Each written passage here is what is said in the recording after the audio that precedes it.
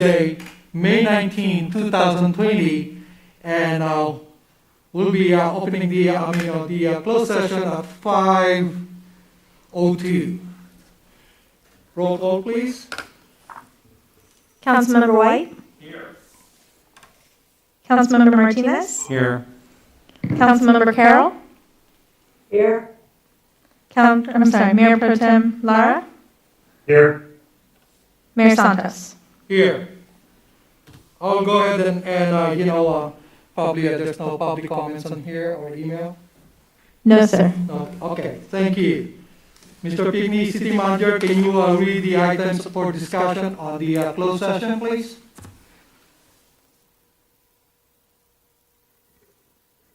You're muted, John. We cannot hear you.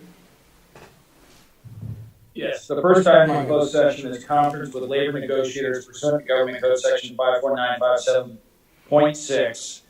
City designated representative, City Manager Todd Parton, and Administrative Services Director Kerry Mendoza, Employee Organizations, Beaumont Police Officers Association. Item number 2 is conference with legal counsel, existing litigation pursuant to Government Code Section 54956.9D1. Urban Logic versus the City of Beaumont et al. Case number RIC 1797201. Very good. Thank you. Now we will go to a closed session at 5:04. Thank you.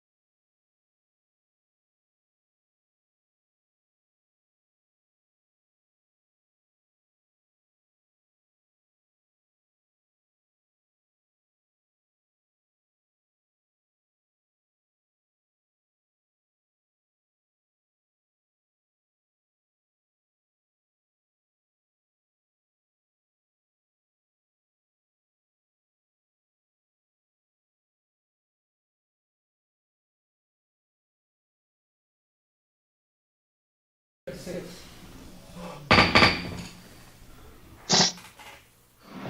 this is City Council. We're back on a closed session. Today is Tuesday, May 19, 2020. Would you kindly, City Manager, City Attorney, could you report out, please? Yes, the council met in closed session. Item number 1 was conference with labor negotiators pursuant to Government Code Section 54957.6. City designated representative, City Manager Todd Parton, and Administrative Services Director Kerry Mendoza. Employee organizations, Beaumont Police Officers Association. There was no reportable action on that item. The council also met in closed session on item number 2, conference with legal counsel, existing litigation pursuant to Government Code Section 54956.9D1, Urban Logic versus the City of Beaumont et al., case number RIC 1797201. There was no reportable action taken in closed session on that item. And that's the report out from closed session. Very good. Thank you. Now we are on the regular session. I will call this meeting at 6:02. Roll call, please. Councilmember White? Here. Councilmember Martinez? Here. Councilmember Carroll? She's here. She's muted, but she's here. Mayor Pro Tem Lara? Here. Mayor Santos? Here. Okay. Any request for excuse absence? I think we're all present. Would you, Mr. Steve Millen, could you do the pledge of allegiance for us? Ready? Begin. I pledge allegiance to the flag of the United States of America and to the republic for which it stands, one nation, under God, indivisible, with liberty and justice for all. Thank you, Steve. Is there any adjustment on this agenda? None? Okay. Conflict of interest disclosure. Okay. Announcement, recognition, proclamations, and correspondence. Okay, we will go on the public comments on this agenda. Due to circumstances, we're encouraging members of the public to maintain participation in our meetings by submitting any public comments via email or telephone. The email address will be displayed on your screen, and emails will go directly to our Deputy City Clerk. Are there any public comments on? No, sir. Okay, very good. Okay, on the consent calendar. Items on this consent calendar are taken one action item unless an action is pulled for further discussion here and or at the end of action items. Approval of all ordinances and resolution to be read by title only. Are there any items to be pulled for discussion? If none, I need a motion on item number 1, 2 to 3. Mayor, I move to approve the consent agenda. I'll second. Councilmember White? Yes. Councilmember Martinez? Yes. Councilmember Carroll? Yes. Mayor Pro Tem Lara? Yes. Mayor Santos? Yes. Okay, thank you. Let's go to public hearings, approval of all ordinances and resolution to be read by title only. Item number 4, which is the public hearing and consideration of adopting a resolution updating the transportation uniform mitigation fee schedule. Stop report, please. Jeff Hart?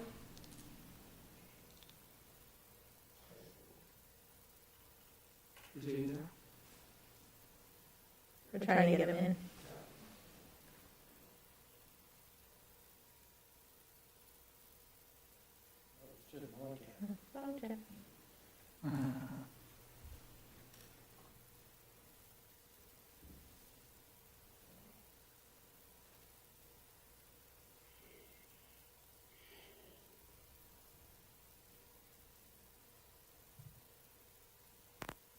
Yeah. Good evening, good evening, Mayor, City Council. Can you hear me? Yeah, but we cannot see you. No? You're invisible, Jeff. I have a blank. I see myself in the upper left. I have a blank presenter. It's not necessarily a bad thing for you not to be able to see it. So maybe consider yourself fortunate. I don't know why the video is doing that, but I will proceed with the staff report. If that is okay with you. Okay.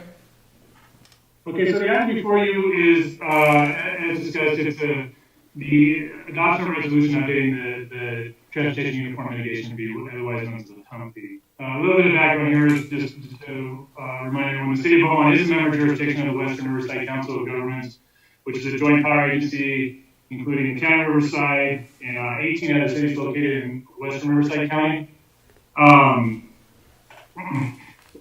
Back in July of 2017, the WRCOG Executive Committee approved the 2016 Nexus study and recommended that the TUM jurisdiction update their fees to reflect changes in the TUM network, largely a reduction in the network, and the actual cost of construction.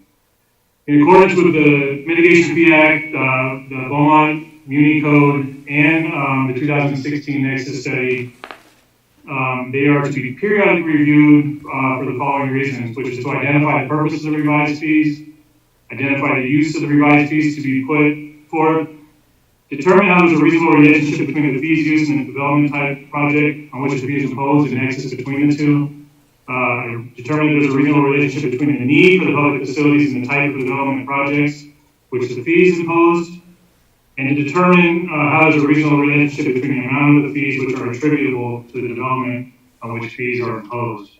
So in cooperation with the TUM Administrative Plan, Public Works Committee performed its annual review and recommendation of a potential construction cost increase back in June of 2019. This is done on an annual basis. As previously done on several years, it was a recommendation of the Public Works Committee to approve a CCI increase to escalated construction costs recently since 2016-17. In the past several years, at least a decade I can remember, is the executive committee has not supported the increase, and the TUM fee has remained consistent with the Nexus study as adopted. This year, however, in November 2019, the WRCOG Executive Committee did approve a construction cost index to help ease construction costs. The increase is intended to help mitigate rising costs of transportation improvements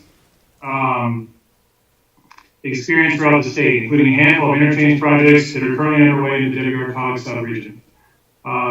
Information provided by the Public Works Committee indicated that project costs were continuing to escalate, forcing the agency to find additional funding for the transportation projects.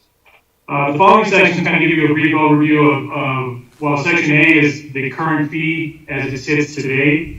If you'll remember, when the 2016 Nexus study was adopted, there was a phase-in on the residential component. It was intended to last over a few years. That's for items 1 and 2. The Executive Committee did also recommend a flat fee of $7.50 per square foot on residential. On retail. That fee is intended to remain static to facilitate economic development throughout not only this, but any proposed CCI increases. In the subsection B, we will start to see what it would look like for the potential phase CCI increase. So for residential, it's still a phased increase, but it's now attributing the construction cost index items 1 and 2. You can see they inflate by about $300 or so for single family, and a little over $200 for multifamily.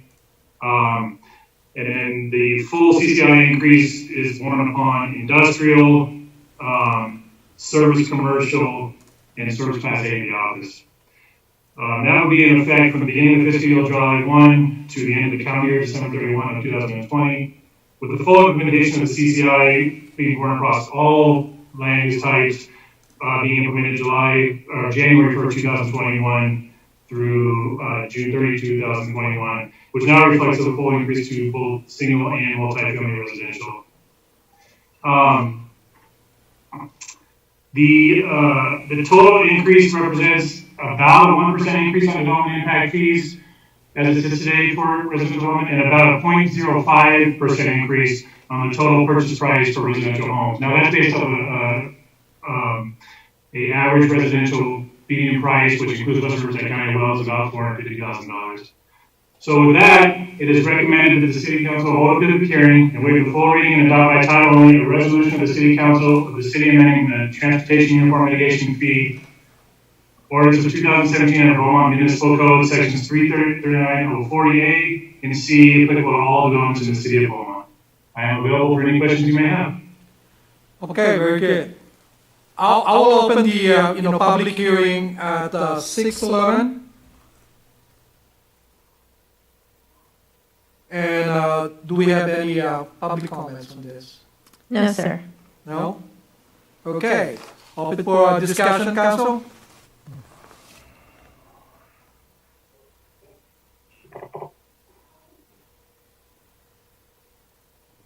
It's like we're good, Jeff. I mean, any motion?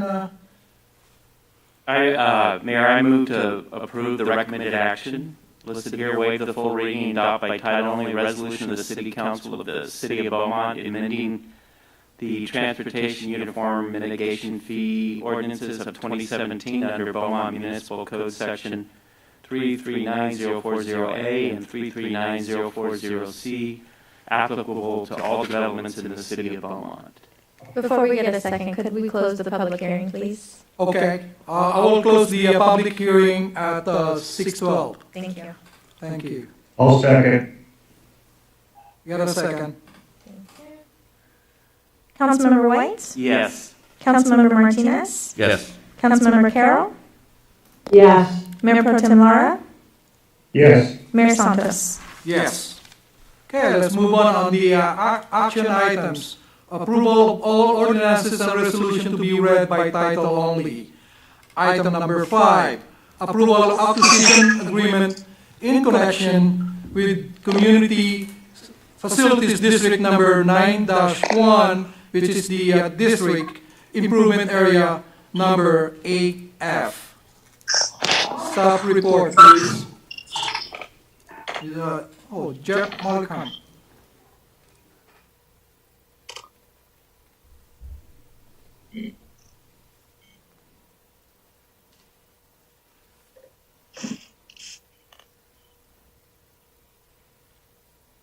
Hey Jeff, are you there? Yes, I am. There you go. You got you. You can see Hear me you. okay? Yes. Okay.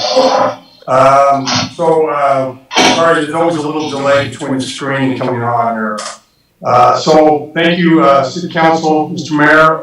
Appreciate the opportunity to present item number 5. And what you have here really is 2 items.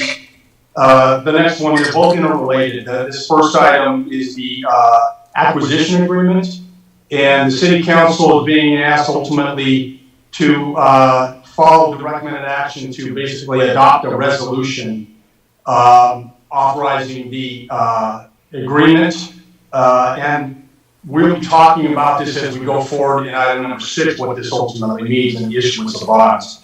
But with regard to this, the acquisition agreement really provides for the allowance for us to work with the developer for the receipt of any kind of facilities that they've worked on and that they're going to convey to the city, and also for the reimbursement of fees for those fees. In this case, it's development impact fees and TUMP, which is the traffic uniform mitigation. We just talked about that. They will get reimbursed from the bond proceeds, and the city is able to do the work, whether it's under a credit agreement with TUMP or directly with the DIF. So what we're looking for here is, as a precursor to move forward with bonds, is for the City Council to be able to move forward and move forward with the acquisition agreement itself. And I'm going to turn it over to our city manager, who gives a little bit more background, because this is something that has a lot of history to it, and you guys have seen some of these before. This is not a new item for the City Council, but I'll turn it over to the city manager to give a little bit more background. Very good. Thank you, Jeff. Okay, thank you, Jeff. Good evening, council, everybody. If you look in your packet, page 72 contains a table that shows you the qualified capital improvements or reimbursable items that bond proceeds could be applied to. This list is consistent with some earlier acquisition agreement negotiations that we had worked out with Party on some earlier bond issuances that we had done. So this is a continuation. The one thing I think that's important to note on this particular issue and the next one is that these are helping to finalize bond issuances and full bond funding for a component of the community, particularly the Series 8 improvement areas. This is being done pursuant to the settlement agreement that we had negotiated out a couple years ago. So when you look at the structure of the acquisition agreement, you look at the structure of the bonds we're going to discuss a little bit later, they're consistent with the terms and the intent that we had negotiated with Party when we were settling out. So there's other portions, newer sections of the Sundance community, which are CFD 2016 series and later. So again, this is 8F, which is a part of 93-1, which is finishing out those series that are there. And so we really have some legacy terms and some legacy elements of this that we're finishing out under the older style of CFDs that we created. So again, this all rolls back into the settlement agreement. This is finishing out the older, more original sections of the subdivision. And from here forward, we should be looking at new money deals that will then apply to newer CFDs that we're creating in other sections of the project. So with that, I'd like to turn it back to Jeff and the consulting team to walk us through the rest of this. So thank you very much. So what we're looking for on this item, because there's two actions. This one, we are looking for the city council to move forward with the resolution. And you can see in your staff report, that's the action we'll be looking for. This will allow for that agreement then to move forward and the bond issuance to work in concert with the settlement agreement. So if the city council has any questions, we're happy to answer them. We have a team here that will be answering questions on both this item and the next item. Michael Bush is on the line. Tom Jacobs is on the line. Brian Forbath, our legal counsel, is on the line, along with Reed Glare. And then we have Heidi Sheppy, I hope I pronounced that right, with Webb. They do a lot of the management of the actual bond receipts. And then lastly, Jeff Chambers is on the line with Part E. He'll be able to answer questions with regard if you have any questions on the developer. And then Brandon Forey on the next item is going to be walking us through a PowerPoint to talk about the bond issuance itself. So I'm happy to answer any questions, or we have a team here that can answer questions if you have any. Very good. Can we go to public comment on this?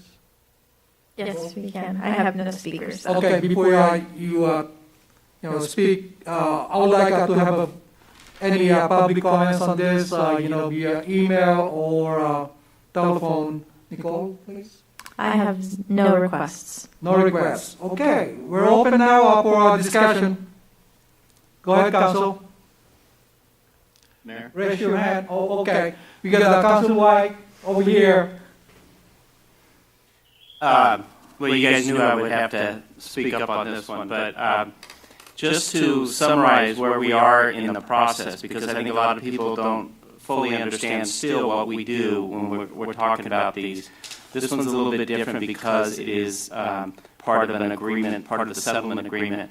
But I guess maybe, Brian, you might be the right person to answer this question, but in the process, the developer comes to the city and says, we would like to issue bonds on our own property. They hold an election of all the property owners, and in this case, it's the developers.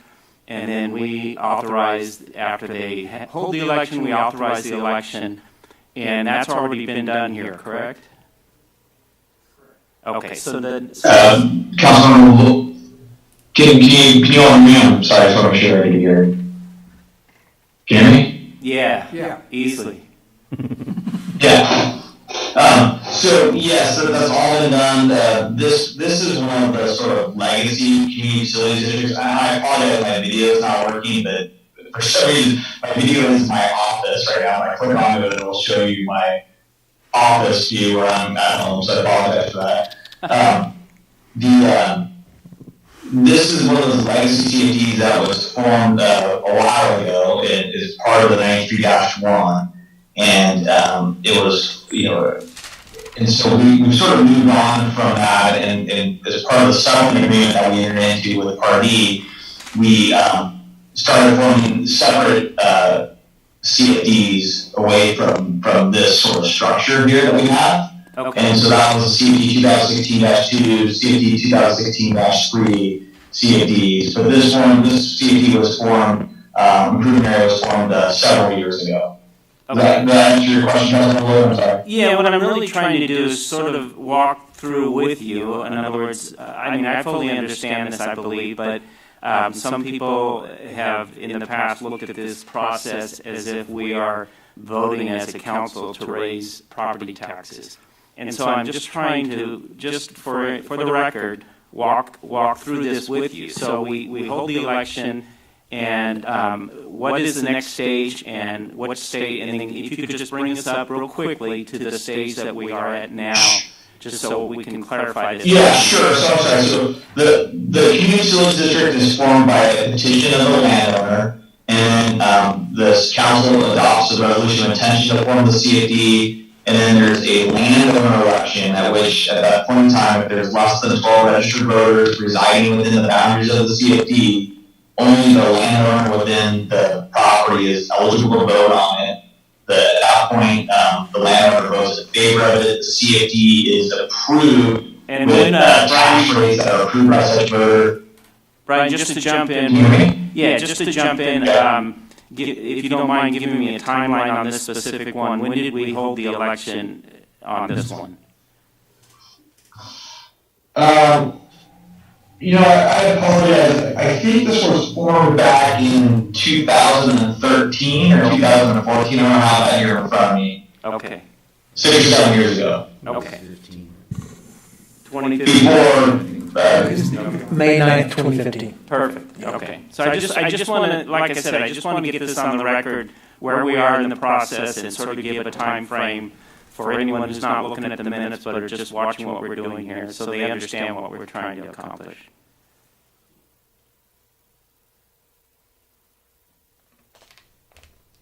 He didn't answer. Yeah, Brian, are you still there? He's on mute.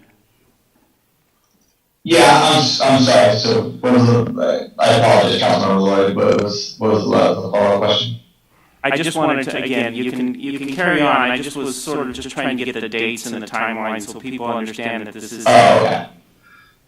Yeah, so the CFD was, the improvement area was designated and formed, and then Party went off and started developing property there. That started in 2017 was the first land sales that are developed to homes. The property is now substantially all developed. It's all the building permits have been issued. Approximately 80% of the 294 homes have been sold and closed to residential homeowners.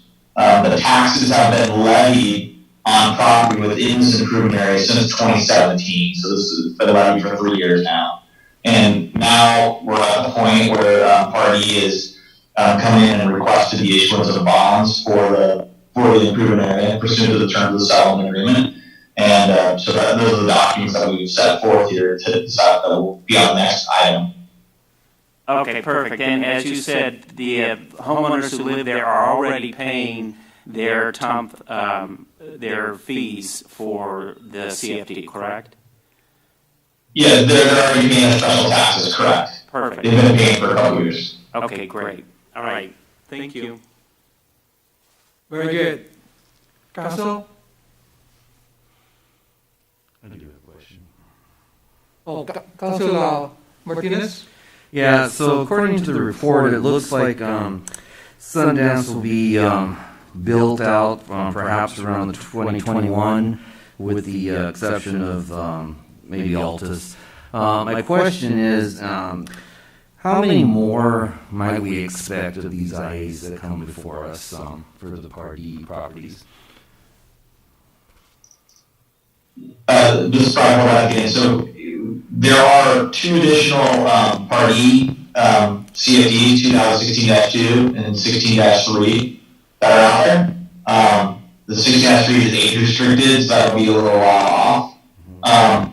There are also some additional CFDs that I know Argent in Fairway Canyons is seeking to explore and develop. But those are the only ones I'm familiar with. Maybe City Manager Hart knows others.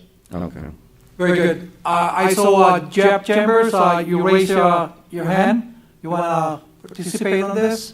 You're on mute. Sorry about that. Yes, we have 2 more CFDs coming. The Altus age restricted CFD, which is 2016-3, and we have one other smaller CFD, which is about 1.5 million for our planning areas 13 and 54, which will probably be coming next year. The next year on the smaller one, the 2016-3 probably won't be coming before the city for at least another 3-4 years. Okay. Very good. Go ahead. No, good. Thank you, Mr. Chambers. That's all. Okay. Our council? You're good? I think we're good. You got another one? Yeah. Councilor Lloyd? So what we are voting on tonight, Brian, officially, what are we voting on? And I think what I'm trying to clarify is we're not voting to raise or establish special taxes. That was voted on by the property owners back in 2015, correct? Correct. Those taxes have been set and established. That's absolutely correct. Okay. Thank you. Very good. If there's none in there, I will ask for to make a motion. Council? I lost the motion here. Do we? Okay, I will move, if I'm on the right item, to waive the full reading and adopt by title only a resolution of the City Council of the City of Beaumont authorizing the execution and delivery of an acquisition agreement relating to improvement area number 8F of Community Facilities District number 93-1 of the City of Beaumont and approving certain documents and taking certain other actions in connection therewith. I'll second. Nope. Councilmember White? Yes. Councilmember Martinez? Yes. Councilmember Carroll? Yes. Mayor Pro Tem Lara? Yes. Mayor Santos? Yes. Thank you. Item number 6, approval of resolution authorizing the issuance of 2020 special tax bonds on conjunction with CFD, which is the Community Facilities District 93-1 Improvement Area 8F. Staff report. Jeff, please. Okay, thank you, Mr. Mayor. You're welcome. Again, as I mentioned, there's 2 items that were interconnected. This is the second of the 2 items, and this one provides for actually the issuance of the bonds, so that the City Council will be asked to approve the issuance of the bonds. We do have a presentation for you. There's a number of documents here. There's a good faith estimate, which Mr. Bush can walk you through. There's the different bond documents, the issuance documents, the indenture. So there's a variety of different documents, a lot of it's very, very detailed information. But there's a team here that's ready to walk you through what this is and the timing of the issuance, and then ultimately what we can expect in the way of proceeds and how those proceeds will be handled. So with that, I'll ask Brandon to go ahead and get started with the PowerPoint to share his screen. Okay. Very I'm good. gonna share it now. Yeah.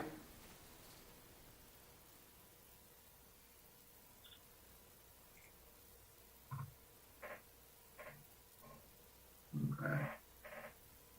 Is So what we everyone have here? here, you can still hear me? Yes. Okay, good. So what we have here is you can see the different members of our financial team that have been working on this. We've been meeting for a couple months now, a variety of different meetings to work through it. There's been an appraisal that's been done. We've gone through so we can identify the value of the property to make sure that it meets the issuance needs. We've been working through the acquisition agreement, which we just discussed. And then Michael Bush will be here to talk to you very shortly about the ins and outs of the financing itself, cost of the issuance, things of that nature. So we can go ahead and go to the next slide, please. So the financing overviews, you can see we have a few different documents here. We'll be talking about the SEC compliance and then what we need from the City Council. And then ultimately we'll be talking about the various details, as I mentioned, and then the schedule. So at this point in time, I will move to the next slide and turn it over to Mike to start working on this. Great. Thank you, Jeff. For the council and those watching, we created presentations similar to what you've seen in the past. So the council, this should look very familiar to you all the way through. We made sure to include a description of the project to be financed. Some of this we went over, and I'll go over in greater detail now.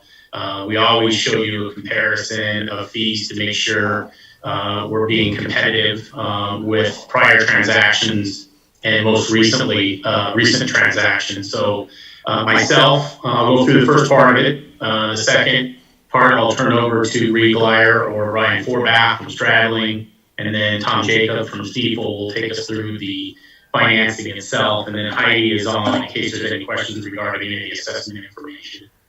So for this slide here, we went through some of this information on the prior item, but just to give you some scope, a very large project, I think, as you can see by the number of units, a little shy of, I think, 1,200 acres, been developed for quite a while. As you can see from the improvement area AF, we're working our way through, I believe, almost the last of it right now, so very positive. We talked a little bit about the prior item, the number of units that were sold. Great news here.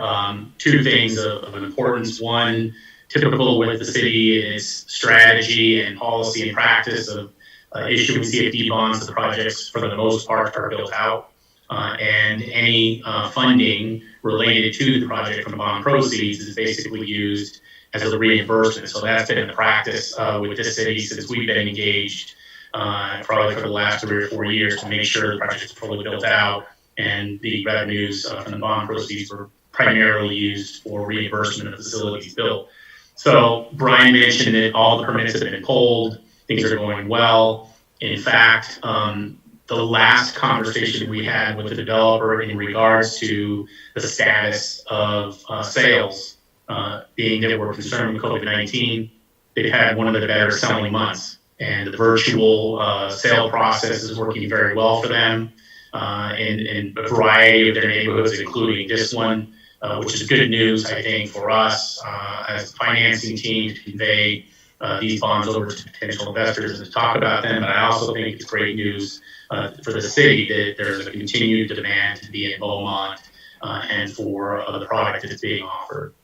Next slide, please. A little bit of the overview. In the staff report, you'll see there's a reference to a not to exceed amount. As some of the council is aware, when the CFD project area improvement areas were approved, they were all approved with large not to exceed bond amounts. In this case, $25 million was the amount that was approved at that time. We're not issuing $25 million. We're issuing substantially less than that, somewhere in the range of $13 million.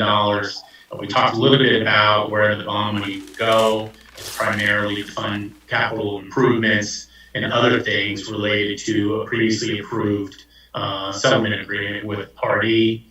We always provide for you some notes as it relates to the statistics on the assessed valuation. A couple of things I know are important to you here. The staff report, you may note, has slightly different numbers than what's on the presentation. What we have had a practice of doing as we get closer to the council meeting, we try to fine tune this presentation with the most up-to-date data available. And Mr. Jacob will talk a little bit about that, but the bond market has been improving in the last couple of weeks. And so the timing of this issuance is good. We believe that that will help. Certainly, the numbers you see here, as you see, they're a little bit different. There is, I think, as Brian somewhat alluded to, with past practice of formation of CFDs, specifically with 93-1, there's a 2% escalator included in this transaction, and Brian or we can walk you through why that continues. As most of the council is aware, if not all the council, the 2016 series of CFDs that Mr. Forbath discussed do not include the 2% escalator, and that was a policy decision made by the council. Going forward, they would not have it. The council is also aware when we refunding candidates back for consideration, one of the first efforts that we do take is to remove the escalator at that point too. So when possible, we remove it. We know it's a big driver of concern for the council and for the residents. In this case, it is built in. When this bond becomes callable in 10 years as a standard callable procedure, we will look at that again to see if we can remove it at that time. If it's possible, we will. The tax rate, again, is back to your policy of not to exceed 2%. And we'll talk a little bit more about the cost of issuance when we go through. But I, as your municipal advisor, I think I've made a commitment to you multiple times to make sure that you pay very competitive fees. Happy to report that we are still in line with that. When I look back to historical transactions from 93-1 era, we are significantly lower. And when I look back to the era just after that, when the city is really coming out of its challenges with the CFD program, I can see that our fees are even competitive or lower compared to that era as well. So we continue to make progress with fees across the board. They're in line with the council's goals and objectives for cost-effective and efficient financing, and I'm happy to report that we've been able to do that here. So with that, I think we're going to go to the next section. Brandon, and I'm going to turn it over to Mr. Glyer or to Mr. Forbath. Yeah, thanks, Mike. Brandon, you want to go to the next slide? So, as we all know, the city's gone through the painful process with the Security and Exchange Commission related to some past practices at the city. In connection with the SEC settlement, the council adopted very stringent disclosure policies and procedures that we've followed religiously in connection with the approval of all the bond issuances. And so, in connection with that, we've had formal due diligence sessions where we've gone over the official statement. We've done developer due diligence. They've supplied us with a developer questionnaire as required. And then we've got all of the required disclosure statements in the official statement that we agreed to do in connection with the SEC settlement. Next slide. So the items that are subject to your approval this evening are really all captured and calculated in the resolution that's before you. And that's the approval of the special tax bonds and not to exceed amount of $15 million. That number's got a little fluff in it. I think we won't get close to that number. It'll probably be more, as Mike mentioned, in the $13 million range. But if interest rates take off extraordinarily in our favor, there's the ability to issue a little bit more debt. The documents that we approved tonight are a bond purchase agreement, a continued disclosure agreement, the preliminary official statement, which is the offering statement for the bonds, the indenture, which is essentially the contract with the bond investors, and then it also hires the financing team, and then the acknowledgement of the good faith estimates that have been provided by Mike's firm. And then, as mentioned before, there's also the acquisition agreement that we previously approved by the city. And that sort of summarizes the documents to be approved. This is similar to all the other transactions we've done recently with the city, the same set of documents. And I think with that, I will turn it back over to Tom for the next section.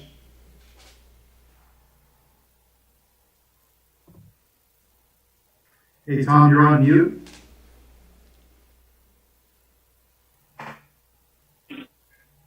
can you all hear me now? Yes. Oh, perfect. Thank you. Sorry about that. So good evening, everybody. Tom Jake from Steeple, the proposed underwriter on the transaction.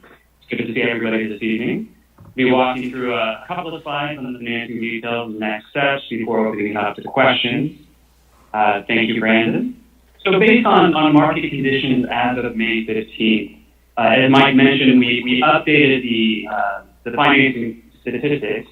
We currently estimate a par amount of $13,145,000, which, along with a modest premium paid by investors for the bonds, will produce an estimated $12.3 million in net proceeds, a $1 million reserve fund, and issuance costs of roughly $320,000. As with all CFD financings, the special taxes levy will provide 110% coverage on annual debt payments to allow for any delinquencies and admin fees. As has been mentioned, there is a 2% escalation in the levy. Just for council's reference, Mike mentioned this earlier, we had estimated a 4.19% average borrowing cost in the staff report. However, based on these more current market conditions, we're now estimating a 3.8% average borrowing cost. If we turn to the following page, we detail the issuance costs for council's benefit. For every transaction, as Mike mentioned, we aim to keep in line with prior transactions and, if possible, reduce the issuance costs. So here, in the first bullet here, we illustrate issuance costs for some of the more recent non-rated CFDs issued by the City, Fairway Canyon, and Sundance that were issued over the last couple of years. In total, the issuance cost of our transaction, $318,402, represent about 2.4% of the total par amount, which is lower than in the past two transactions of similar size. For Fairway Canyon, it was about 3.8%, and for Sundance, the $12.6 million transaction is roughly 2.8%. So certainly, fees have been trending in the right direction. So last but not least, if we turn to the last page, we talk about our tentative schedule moving forward. Assuming council approves the resolutions this evening, we'll look to make the preliminary official statement available to investors possibly at the end of this week or at the beginning of next week, and we will be looking to price the bonds either that first or second week of June and close or issue the bonds a few weeks later. So I will stop there. That brings us to the end of the presentation, and see if council has any questions. Thank you. Thank you, Brad. Questions? Okay. If not, go ahead. Lloyd. Okay, so just for clarification again, Michael, the 2% escalator was based on the settlement agreement, correct? That's part of what we agreed to in the settlement agreement with Party? Well, I think Councilmember White may go back a little further than that. I think when they formed the district in 2015, it was probably included then, and then when you negotiated your settlement agreement, it was just left in place. Okay. And Michael, because you've been with us since we came out of this mess, and you mentioned the $25 million that every CFD used to be approved for, and that allowed the city back in the previous administration to come back and take more money off the table.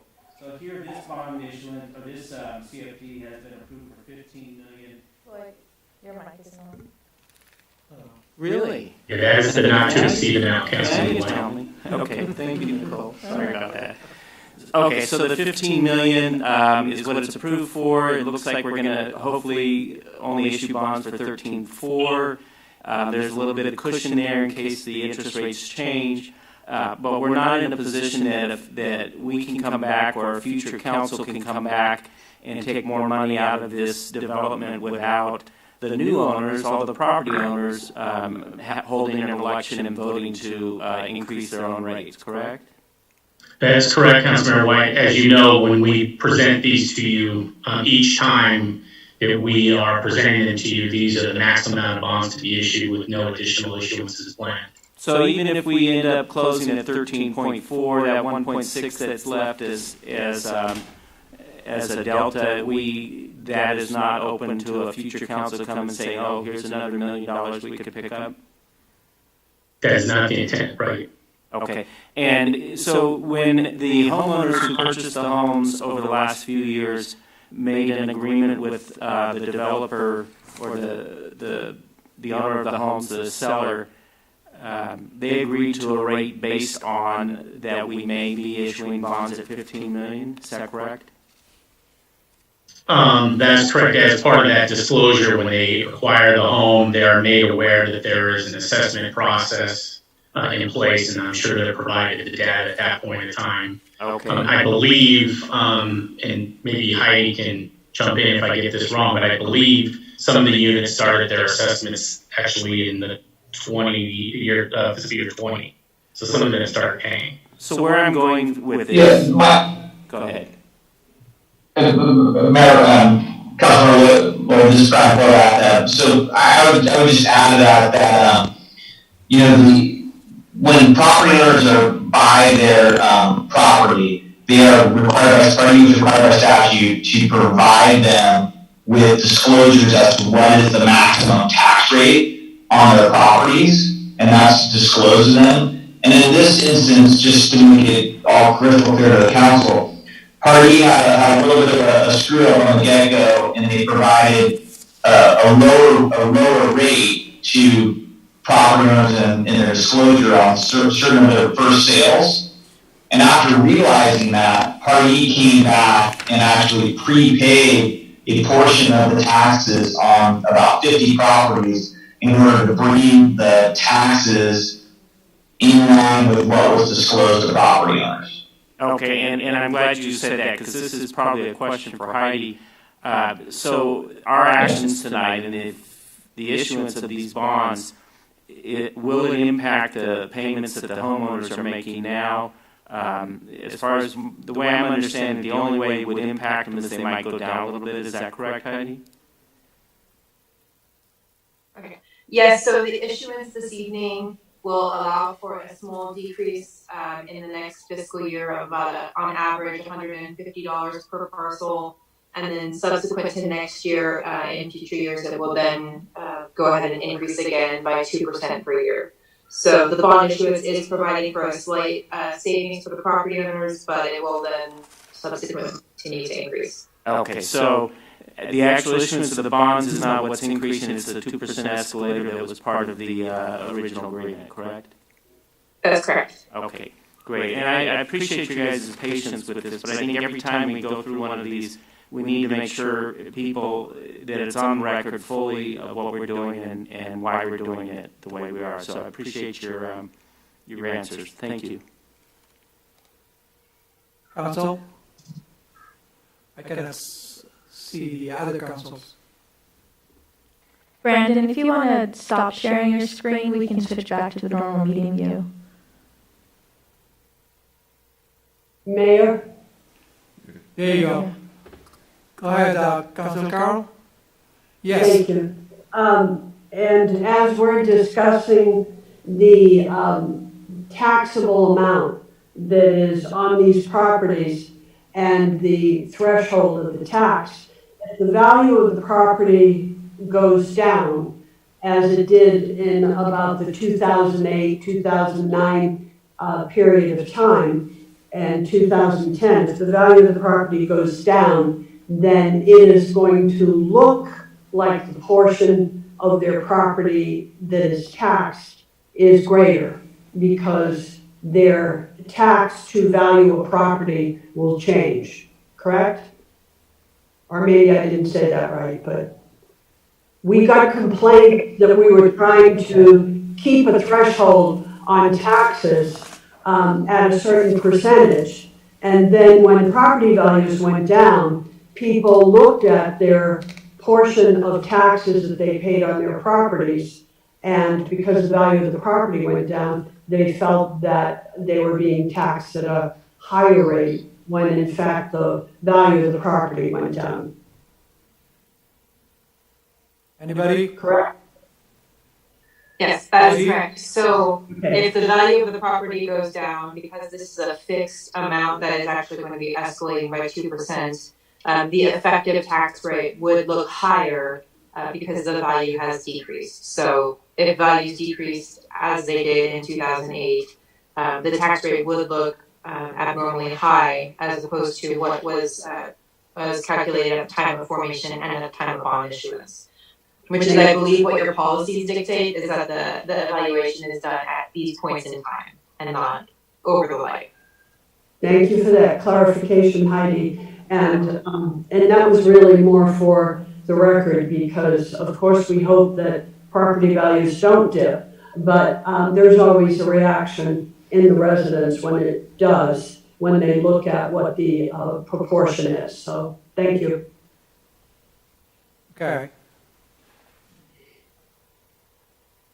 Let me follow up on that, Heidi. I mean, let me ask you something on her questions on that. I mean, it means if the value drop, the assessment will be still constant. Is that correct? Let's say I'm looking on this fiscal year 2021 up to 2050 is 2,800. So that will be constant on that. Is that correct? So the assessment for this coming year, based upon the estimates that we have provided for the preliminary official statement, would be 2109, Yes. 18 on average. And that amount will then increase by approximately 2% per year based upon the debt service requirement. So if the value of a property were to decrease, that amount is still set to be 21,918 in this next fiscal year and escalate at 2% per year thereafter. There's a portion of the property tax bill that's based upon assessed value, and that portion may decrease along with the assessed value. But these portions that are the special fixed taxes will continue to be consistent, and in this case will increase at 2% per year. That's correct. I mean, I got that. I mean, let me follow up on that. On the average of projected levy per parcel, you got 2,800 for the rest of the years. That's the average. So if I look on the fiscal year, 2020 and 2021, we're only 2,100 on that. So there will be an increase of $700 for the rest of the CFD. The amount that is the on average between 2021 and 2050 is basically the 2019 escalated at 2% per year, and then the average of that for those 30 years. So that's where we came up with the 2008 883.42. It's basically an average of what the property owners will be paying over the life of the bond issuance. Oh, I got that. Thank you so much. Council, any other question or discussion? I think we're good. Thank you. Is there any public comments on this? No, sir. Email? Okay. None. So we need to do a motion on this? Yeah, I'll make the motion, Mayor. Okay. Go ahead. I move that we waive the full reading and adopt by title only a resolution of the City Council of the City of Beaumont, acting as the legislative body of the City of Beaumont, Community Facilities Districts number 93-1, authorizing the issuance of its improvement area number 8F, 2020 special tax bonds in an aggregate principal amount not to exceed $15 million, and approving certain documents and taking certain other actions in connection therewith. Very good. I'll second. Councilmember White? Yes. Councilmember Martinez? Yes. Councilmember Carroll? Yes. Mayor Pro Tem Lara? Yes. Mayor Santos? Yes. Thank you, guys. Thank you. Thank you very much. Okay. Thank you all. Bye. You're welcome. Thank you. Okay, let's move on item number 7.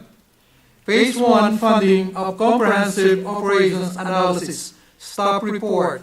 Ms. Gibbs.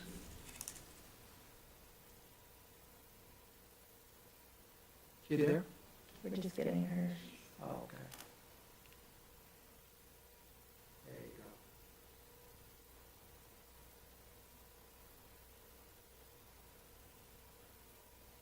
Elizabeth, you're on the mute. There you go. You're on.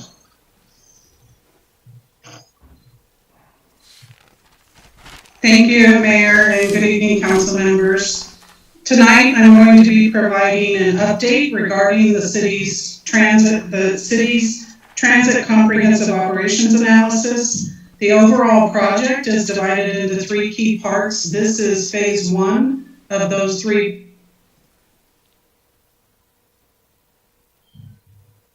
Hello? Yeah, you're on. Can you hear us? Yeah, can you hear me? Yes. Go ahead. You're good. Oh, sorry. You're good. Go ahead. Okay. Is that okay? Yes. Okay. So tonight I'm going to present to you phase 1 of the comprehensive operations analysis. There are 3 parts. The second part is service alternatives, and then the last part is the action plan. This part is heavy data collection. There are 40 slides. I promise I'm not going to go spend a lot of time on all 40 slides. I will summarize the majority of the slides for you, but please do stop me if you need clarification, because it is a lot of data analysis. The COA will eventually cover a 5-year period, and it will function as a blueprint for continued development of the city's public transit program. It will include analysis and recommendations specific to operations, marketing, finance, and capital. And as you recall, the city retained Moore & Associates as our consultant to assist with this project. I'm going to share my screen now. I hope this works. Let's see. Can you see that? No. There you go. Okay. And here we go. So again, the project overview is a comprehensive and objective evaluation of our transit program. It will identify opportunities for program service and enhancement. And finally, it will give us the blueprint for a 5-year planning horizon.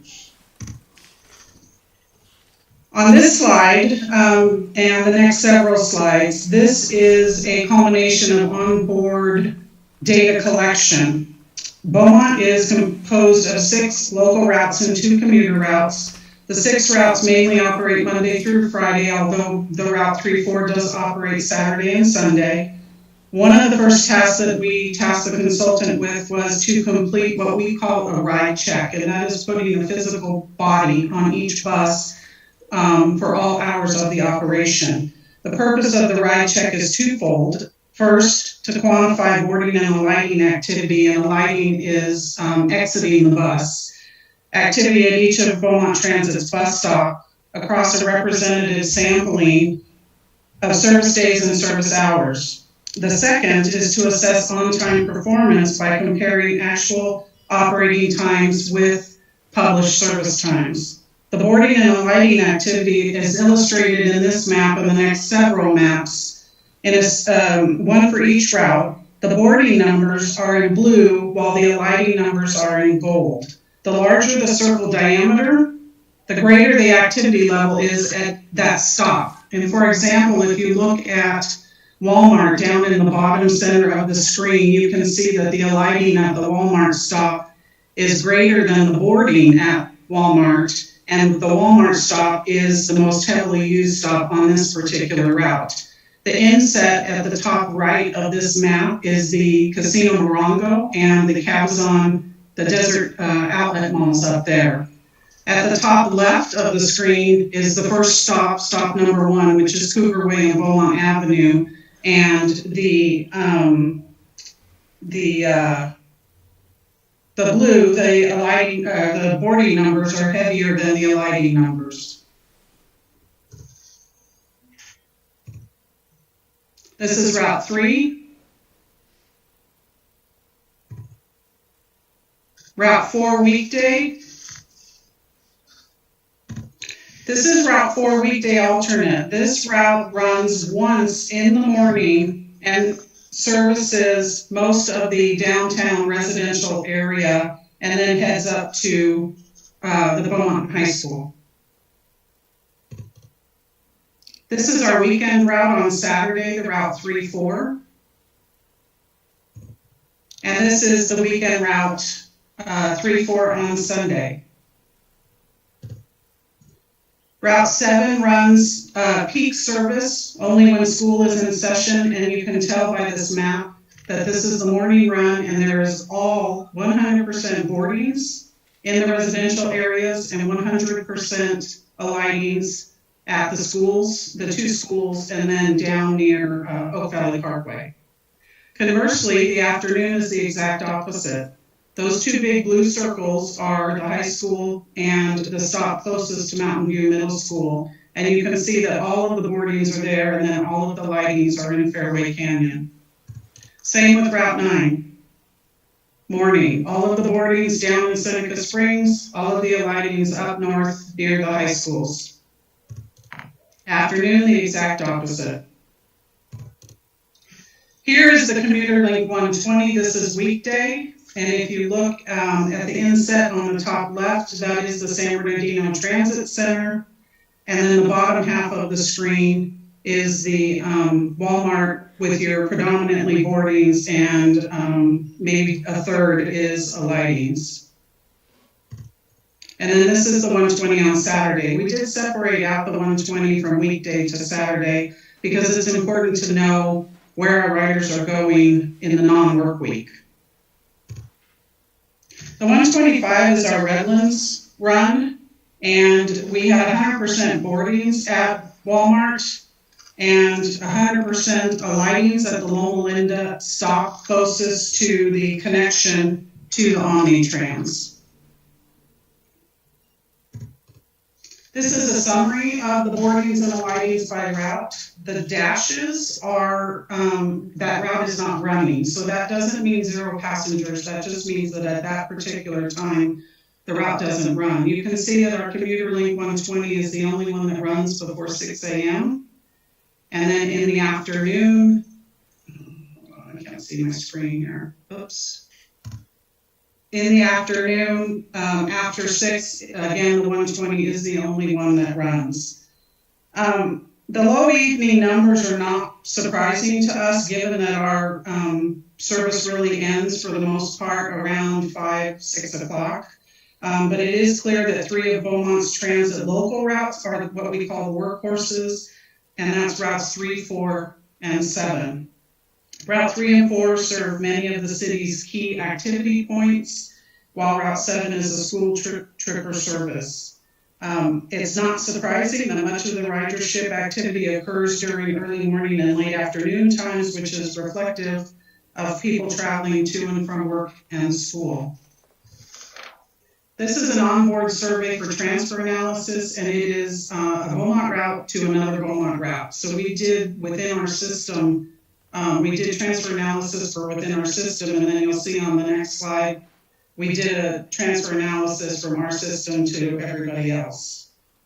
Based on the data, we conclude in this slide that much of Beaumont Transit's ridership activity is very route specific. So in other words, people use one route on a fairly regular basis. This can be attributed to 2 factors.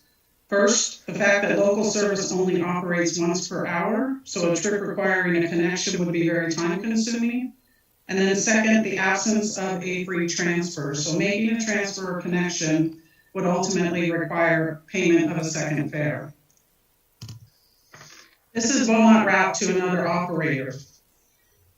So the consultant took a look at the transfer activity between transit and all the other transit services that we connect with. Again, not surprisingly, the level of transfer activity between Beaumont Transit and Banning Transit. Generally speaking, Beaumont residents travel to Banning for various services, while Banning folks travel to Beaumont mainly for shopping, the commercial area. Also not surprising is the transfer activity between our commuter services and Metrolink, RTA, and Omnitrans, which mainly occurs in San Bernardino. That transfer from Route 4 to the Metrolink, there's a note at the bottom there, that came directly from a survey. that's not a possible connection, so more than likely those 3 passengers on the Route 4 were going to the Metrolink station and just didn't indicate that they were transferring to the 120. Oops. Hit the wrong button.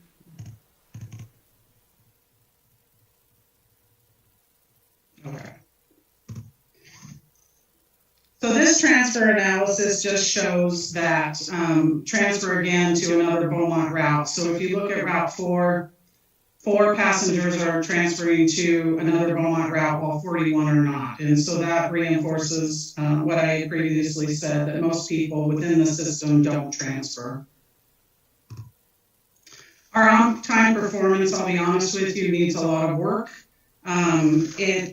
The stats were surprisingly low, and if you look at the lower left of the slide, the late is considered a departure more than 5 minutes after the published schedule. The early is a departure 1 or more minutes prior to the public schedule, and the final time point is assessed as arrival time. In the transit world, leaving early is what we call running hot, and that is absolutely unacceptable. We should never leave a published time point early. That's not, it's not customer service, and if there's a connection, a passenger most likely will miss that connection. Some of the general takeaways from this evaluation include that our service typically operates on time during the first half of the day, and then in the early afternoon, the service begins to run late. We believe that's attributed to increased traffic, increased ridership, which translates to longer bus stop dwell time, and then sometimes the impacts associated with vehicle fueling and driver breaks. So in essence, what we've determined is that we've stretched the rubber band as far as it will go. And so the likely solutions will be to insert some additional runtime, especially in the second half of the day. This could impact service frequency unless we add an additional bus to the mix, which means what we would do is if we start to run late 12 to 15 minutes, then we will put a second bus and a driver out on route to help the other driver get caught up. That does come at a cost, however, though. So I'm going to scroll through these on-time performances, and if there's any questions, I can go back and address specific issues. I do want to stop at Route 7 in the morning, however, because this route covers a lot of territory, and we usually have 3 buses on this route. It will be important for us to work with the school district to identify additional resources to continue this service. Same with the Route 9.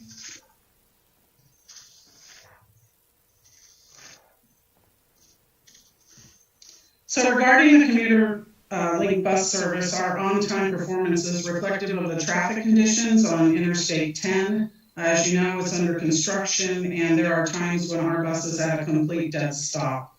When traffic is particularly heavy, or if there's an accident, which happens frequently, we always run late. There are a few practical route alternatives available, which makes this particular issue problematic. Same with the 125. This is a map of future development, and it illustrates residential and commercial development approved or anticipated across the next 5 years. As you can see, the current routes are within reasonable walking distance of most planned developments.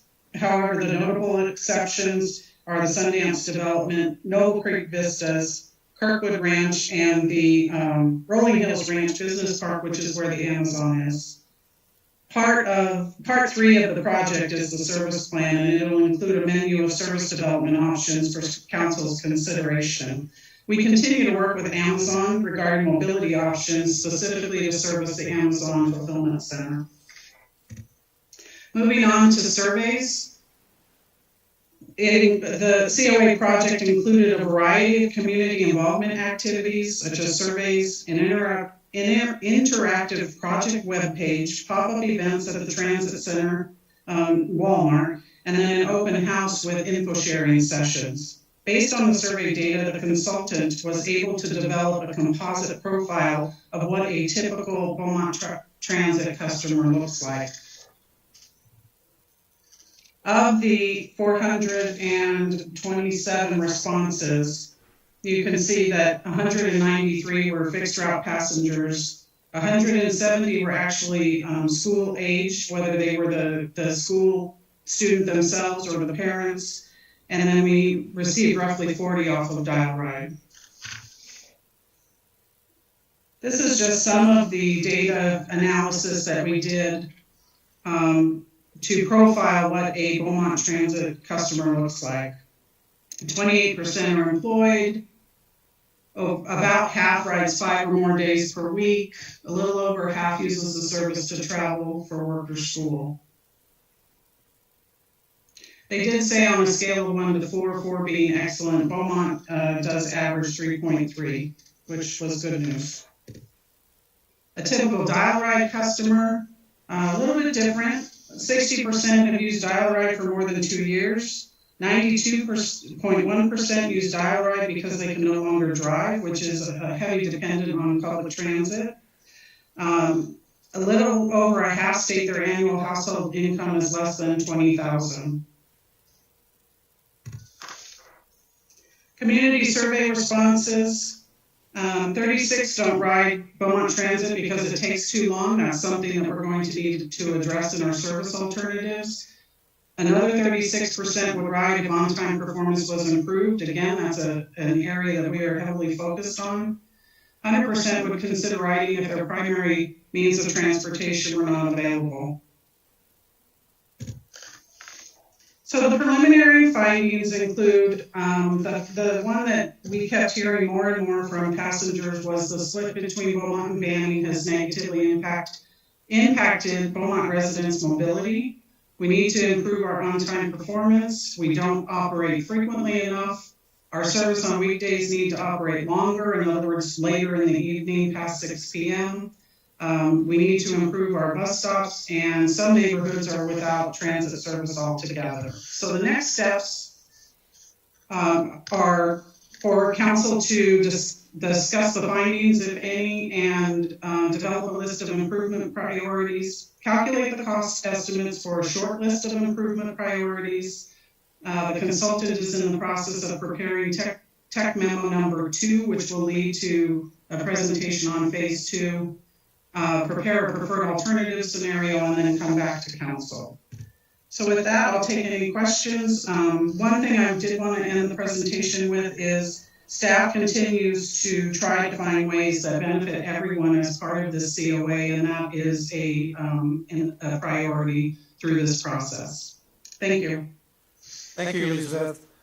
Okay, is there any public comments on this? Email or? No, sir. Okay. Okay, good. Very good. Let's go on the discussions or questions to Elizabeth. Council? Did you call on me, Mayor? Oh, we can't. Oh, we cannot see you right now. I mean, let's wait. Okay. Wait, go ahead. Mayor? Pardon me? Okay. Elizabeth? Yes. When you put a person on the bus to help you with the COA, and when we ended up with the statistics where we were not on time, did the person on the bus provide input on why the bus wasn't on time, or are we trying to figure out why the bus wasn't on time? The ride checkers are temporary employees hired by the consultant, and they are strictly on board to collect the data. Who gets on, how many people get on at this stop, how many people get off, and then they coincide their clock with the route map. So they do not give input unless a bus broke down, or fueling, things like that, driver transfer. Other than that, they don't weigh in on why the bus was late. There are oftentimes if we have a heavy wheelchair, where, we have a route that has multiple wheelchairs, we are going to run down. But one of the things that we're learning is we need to build in more recovery time so that we don't run behind. Okay, thank you. Very good. Council? Mayor? Hold on, Mike, Councilor Julio Martinez here. Go ahead. Okay. Yeah, Elizabeth, so you mentioned fueling. Are we still having to take the buses a long ways to get fueled? And Yes, we are. Is that Yes. contributing to some of our slow responses, perhaps? So when we fuel in Redlands and Hemet, we have the mechanics do that when the bus isn't in service. We do have limited access to Beaumont Unified, and we are grateful for that. However, right now we're fueling mid-route, which is not, that's not something that we're going to continue doing. We are working on ways to have that route run 13 hours a day without fueling, and that really is going to mean swapping buses. And the prediction on the refueling station is still a year or so out? On the We are hopeful that it is a year out. The update that I received last from SoCal Gas, who we're partnering with on the CNG station, is they're going to go to RFP sometime around June or July for construction costs. And then once they have the amount they'll need for construction, we will be coming to council September, October for a tariff agreement, and then it'll be about 9 months after that. Okay, and the second question I have is two parts. So, how's the school closure affected our fare box? I'm assuming that the grants that we're getting kind of help compensate that, but I'm concerned about a perhaps fall closure still of the schools, and I'm wondering how that's going to affect us. And then you had made a comment on the district needing to find other resources. Can you mention what that means? Does that make sense? I can, Councilmember Martinez, I think I caught part of that. So I asked how the school closure affected the fare box, and if the grants are covering that. And if the school does go into a no school for the fall, how we might predict the effect of that on our fare box. And with that, you had mentioned something about the district might having to contribute some resources. And I'm wondering if you can expand on that comment. So the grant that we are receiving will cover us through June 30th. What happens after July 1 is really going to be contingent on our fare box. If our fare box does not elevate to the level that we predicted in the short range transit plan, then we will be coming back to council with some alternative plans. It is critical that we maintain our 10% fare box. If the students don't start in the fall, we would simply not run a couple of those routes, and then we would certainly have some options to talk to council about how to handle that. And then lastly, the consultant has made a recommendation that because there's been some, part of the surveys included more peak routes. We have some areas like Olivewood and some future development that there are not peak routes. And when I say peak routes, I mean the school routes. There's some community members that would like to see more of those peak routes, but that would come at a cost. And so what they recommended is that we sit down with the school district and entertain some sort of a revenue grant type program. Okay, good enough. Thanks, Elizabeth. Very good. Mayor Pro Tem Mike Lara? Oh, yes, thank you, Mayor. One of your slides showed a route that had what looked like a large number of green. It was one of the tables. A large number of green, which means early departures. That one. This one. What causes an early departure? Multiple reasons. On this particular route, this was done over a 2-day period, and so one early departure is going to be a 33% early departure. It's because we did this over a 2-day route, and this particular route only runs 7 times. It could be 1 or 2 early departures. Let me go up to this particular one. Again, it could be 1 or 2 early departures because these routes go in a loop. I can tell you on this route, this is a peak route. We struggle with remembering that this is public transportation and not a school bus. And when you have 44 school-age children on the bus trying to get to school, we need to do some retraining with making sure that we remember we're public transportation and not just trying to get to school. Okay. And then on another route, you indicated that there are times when you have to add a driver. What causes that again? I wasn't clear on it. So the consultant is recommending that if we get 12 to 15 minutes behind, specifically on the commuter links, because if there's an accident on the freeway, that bus comes to a stop. There's not a lot of options to reroute that particular bus. So what the consultant is recommending is that we put another bus in service that does catch up.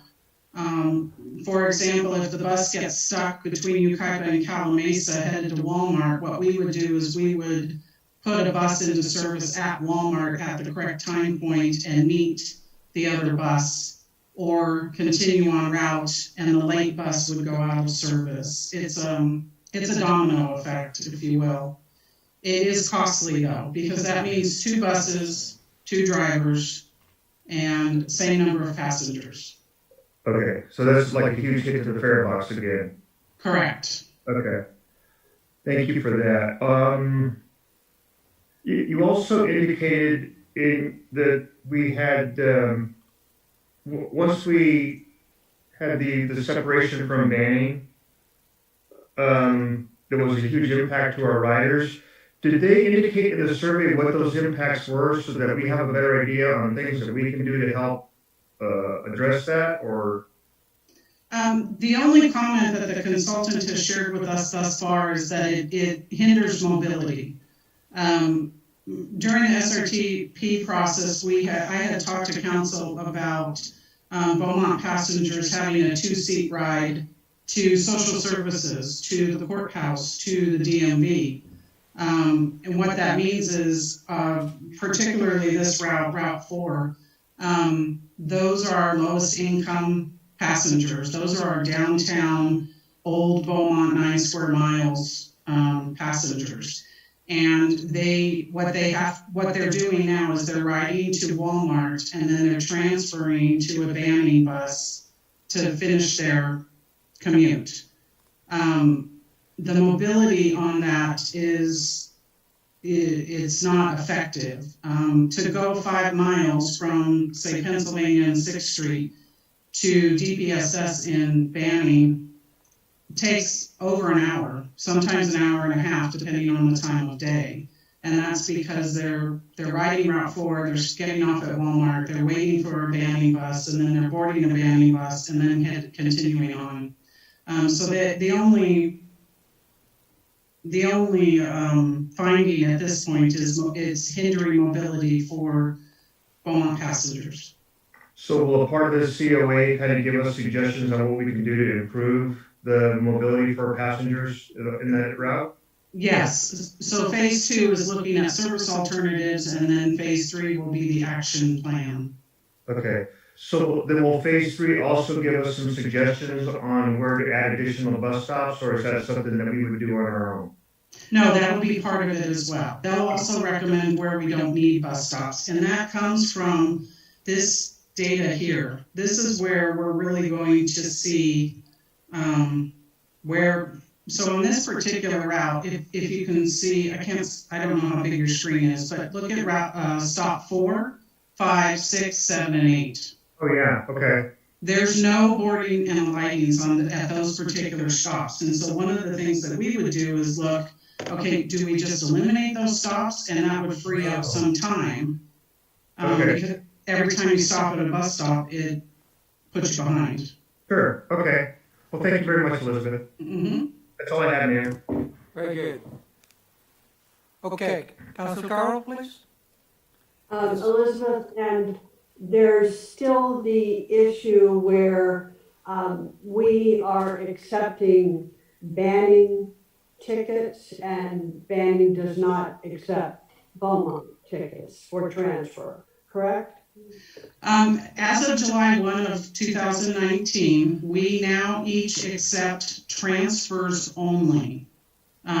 We do not accept banning tickets. Banning does not accept Beaumont tickets. But we've been in the position where we were accepting Banning's tickets, but they were not accepting Beaumont's tickets for a while now, right? Or am I mistaken? That was prior to the interagency agreement. All right, thank you. But does that affect, that doesn't feed into the COA, right?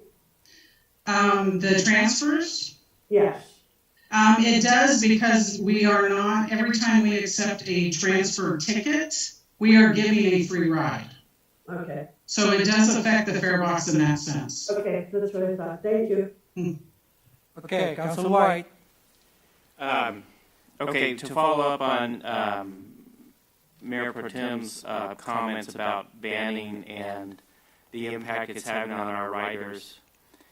As far as you know, Elizabeth, has banning done any sort of COA as well?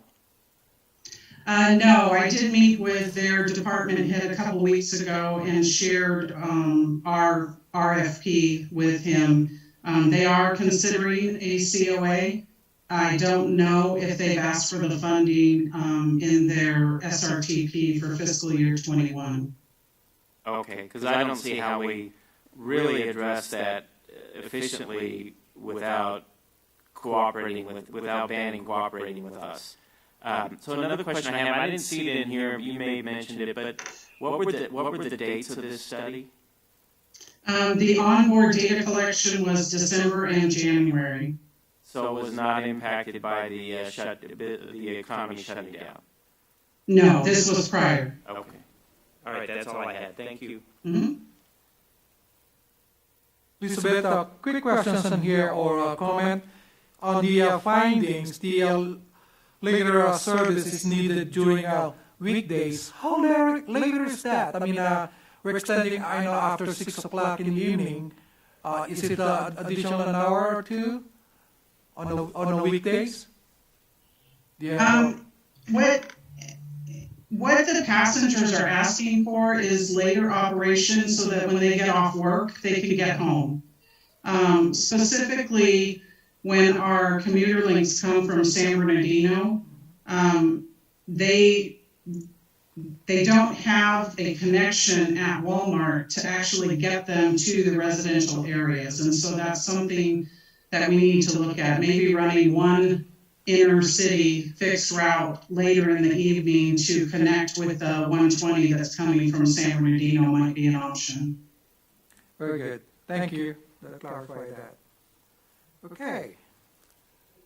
Any more? Questions? I think we're very good. Mayor, I'd like to make motion to receive and file. I'll second.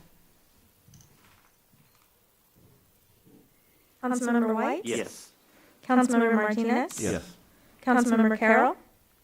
Yes. Mayor Pro Tem Lara? Yes. Mayor Santos? Yes. Thank you, Elizabeth. Thank you. Okay. Item number 8. Award the professional services agreement to Gazette and Fox, Inc. for the feasibility and design of Second Street Extension Project in an amount not to exceed $199,915. Staff report. Jeff Hart. Yes, good evening. I think I've got my video issues figured out. So the standing for you for PSA for Second Street Design and Feasibility Services. Just a little bit of past in the is part of the current 5-year CIP we were in. The City Council approved the project feasibility and design of the extension of the Second Street, essentially from the westerly boundary near the Home Depot Shopping Center to a dead-end T intersection at Pennsylvania Avenue. The project will consist of two phases. Well, the first phase will look at potential construction issues, preliminary environmental review, and probable cost estimates. And the second phase would then consist of completing the environmental compliance in studies, regulatory compliance, and construction drawings. The phased approach allows the City Council to determine the project, to terminate the project at any phase should the probable cost estimates exceed funds available. Staff reported a request for proposals, an RFP for the Second Street Extension project, and was advertised on March 3rd, 2020. 8 proposals were received and evaluated by a 3-person panel based on the following 5 criteria: the project approach and scope, project team organization and qualifications, related experience in past projects, references, and lastly, the proposed fee. Staff is recommending the selection of Cosette and Fox Incorporated to perform the engineering services for the project, as their proposal was the most comprehensive, contained the best value for services provided, and a proven track record on projects of similar size and scope, as well as a thorough understanding of the city's needs in order to complete both the feasibility analysis and the final engineering. The original price for the above project was $207,617 that we were able to negotiate with the consultant for a final price of $199,915. Therefore, it is staff's recommendation that the City Council award a professional services agreement to Cosette and Fox for the feasibility and design of the Second Street Extension project in an amount not to exceed $199,915. I'm available for any questions you may have. Very good. Any public comments on here, email? No, sir. Okay. Thank you. Open for discussions on, yes, Councilor. Jeff, what would you expect the turnaround time on the first phase when we would see something back from? You could read my lips, right? What do you think the time frame is on when we should see something back from phase 1? For the first phase, I think that once we have a contract engaged, we're probably looking at about 3 months. So if we can get them on board and insurance and everything done in the next 2 weeks, we could be looking at very beginning of fall, very end of summer. Okay, thank you. Thank you. Anyone? Go ahead, Mayor Pro Temp Mike Lara.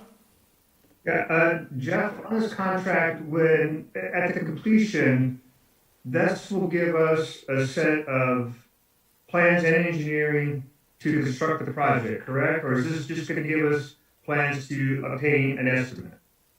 No, so 2 things. So the completion of the phase 1 will give us an estimate, some conceptual level drawings, and identify any high-level environmental concerns. The completion of phase 2, which is included within the total amount that you would be authorizing, would give us full construction documents and ready to advertise for construction. Okay, perfect. Thank you very much. Very good. Anybody else? Oh, Councilor Martinez. I just want to make a quick comment that I think it's going to be essential that we maintain, and I know we don't have any plans not to, but at least for public PR, it makes no sense to go through all this and not do anything with that Pennsylvania interchange. It is a mess.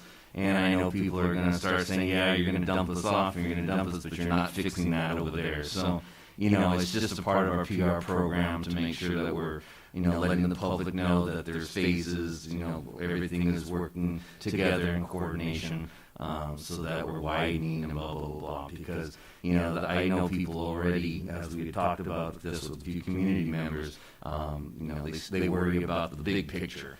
And I just want to make sure that we're showing that we have a plan and that we're not doing one thing and forgetting something else. That's all. Thank you. Very good. Okay. Very good. Sorry about that. Councilor Carroll, please. I'm going to get like a horn or something. Jeff, so just a point of clarification, that timeline where you did the estimate for it, is that for just phase 1 or phase 1 and phase 2? Just clarify. Yeah, that would be just for phase 1. So I think we'd be hopeful around September, October, we'll be looking for the completion of phase one and making a decision on whether or not we want to proceed with phase two for the full delivery of construction drawings.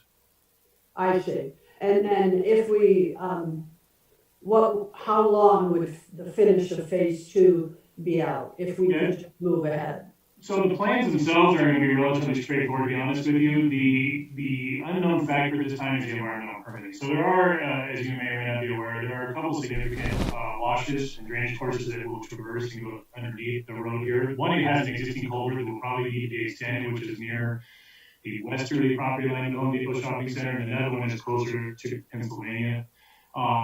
If we have to procure permits from Corps of Engineers and federal right-of-way or waterways, it could extend 3 months or so. So we could be looking at, hoping to advertise for construction as soon if funds are available. We could be looking at completing this at the beginning of the next calendar year, or we could push this into maybe the end of this coming fiscal year. So anywhere I would say maybe from January to June, depending on environmental constraints and requirements.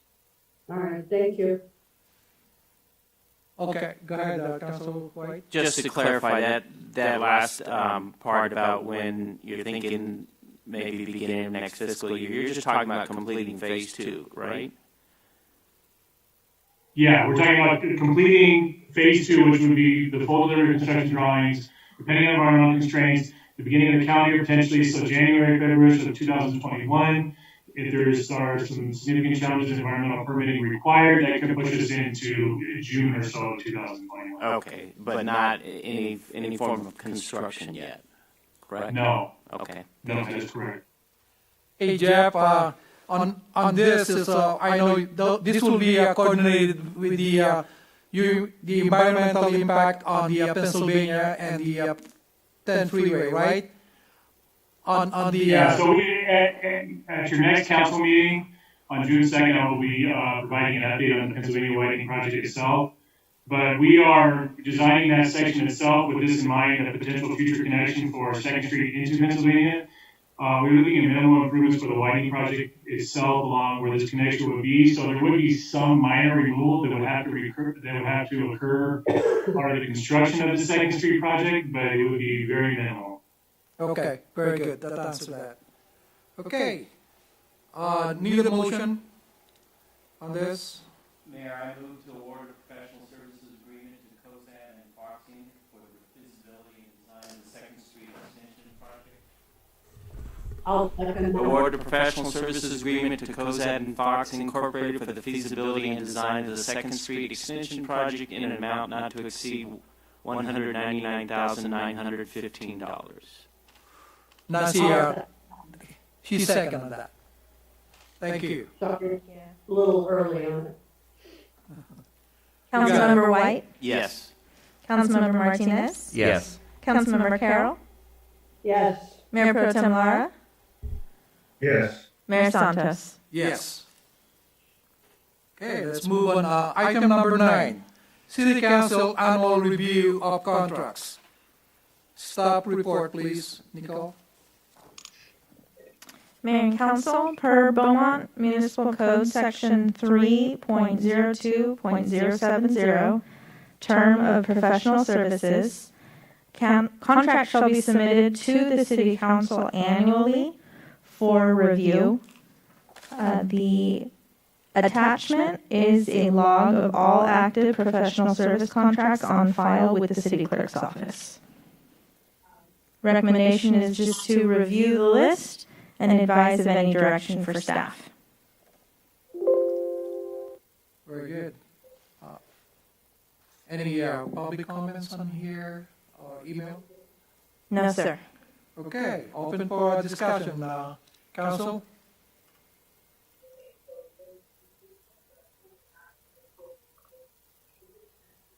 Nothing there? Okay. Councilor Martinez, wait, go ahead. Hold on. So, Nicole, my firm's contract is on this list, right? Correct. Okay, so I'm going to recuse myself from this item for that reason. Can you put me in a waiting room, or I can just step out of the room? Okay, go ahead. Maybe 2 minutes. Last time I got it 5 minutes, man. We ended up 10. Go ahead, Councilor Martinez. All right, so basically, as I look over the list, of course, the things I'm looking for are contracts that have been around for a while, you know, and whether we need to revisit those or not. So my question will be to the city manager: are there any particular contracts that you might want us to look at or discuss that pop out at you? Yeah, a couple of highlights. You'll see the HDL. We've got some contracts there. HDL really is a sole source provider. And what they're doing for us, we've got the HDL Software LLC. So that's looking at our sales tax audit, our business license services, as well as looking at our sales tax and property tax. So that's where we get our reports. We also get some projections in terms of current and then multi-year projections. So those HDL contracts are contracts that we definitely would want to continue. And really those are items we really can't bid back out because it's the only company that we have out there. Of course, we talked about the legal contract that is coming up June 1st of 2020. We'll be coming forward. I'll probably be recommending to y'all that we do a extension of that contract. First and foremost, Mr. Pinckney is a very, very good municipal attorney. Secondarily, there's a lot of litigation that we have that's ongoing right now that we need a continuation of service, particularly as we are coordinating back with some other firms. So we're working in tandem with other firms on a variety of litigation needs, so we want to continue that. The Tyler Technologies, that's our financial software firm, so we have that and a suite of some other software packages that have to come together on those. The Urban Futures, so Urban Futures is providing our financial advisory services, and as you saw tonight on those contracts, we do that on a project-by-project basis. So we have used Urban Futures for specific projects from time to time. Each one of those is a separate agreement. And then when we go to do bond issuances or CFD formations, there may be a little bit of work there. But again, we go on a project-by-project basis with Mr. Bush.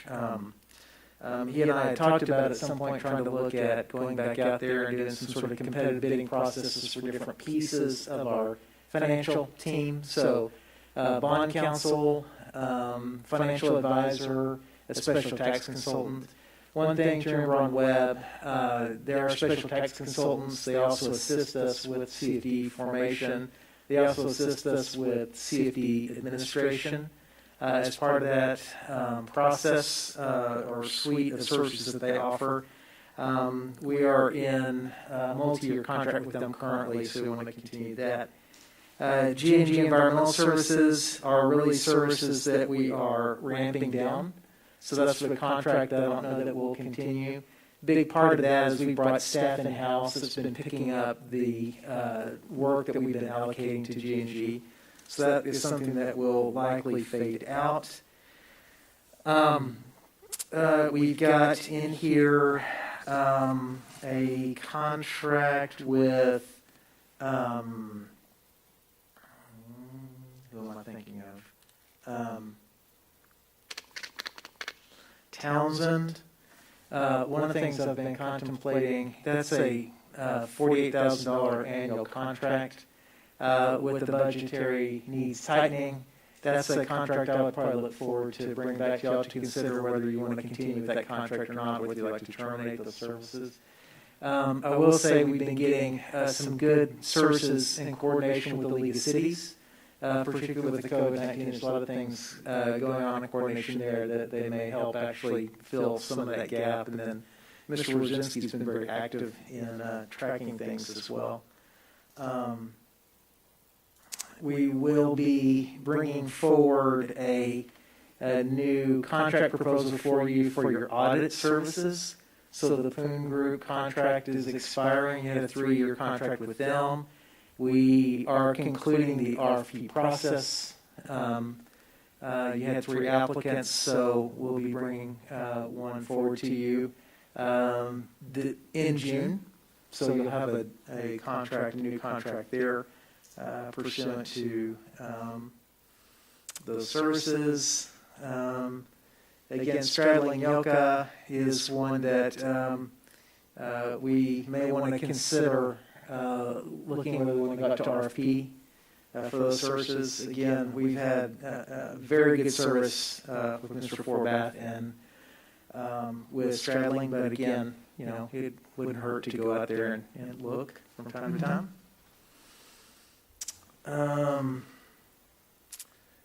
The NeoGov contract, that's the government jobs contract. That's a software that we use to help with recruitment. So we've already been looking at pulling back parts of that contract there. I will say that since we added NeoGov a couple of years ago, our recruitments have been doing much better. But considering our financial constraints, I'm not sure something for us to look at. Those are some of the highlights, some of the ones I had kind of thought about. Unicode, obviously, we need for continuing support services for any changes or evolution to our code.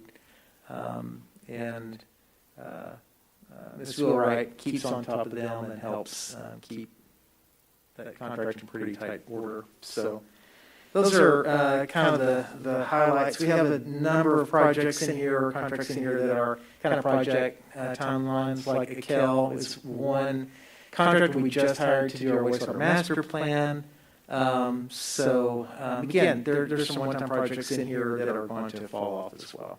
So what I would have intended to do is we just wanted to get this document to you so you can see what the current contract lists look like, and then we'll be coming back to you with contracts that we would probably recommend that y'all consider extending, or whether, and so at that point you'd have a discussion about, hey, no, let's go ahead and RFP this particular contract, or let's agree to go ahead and extend.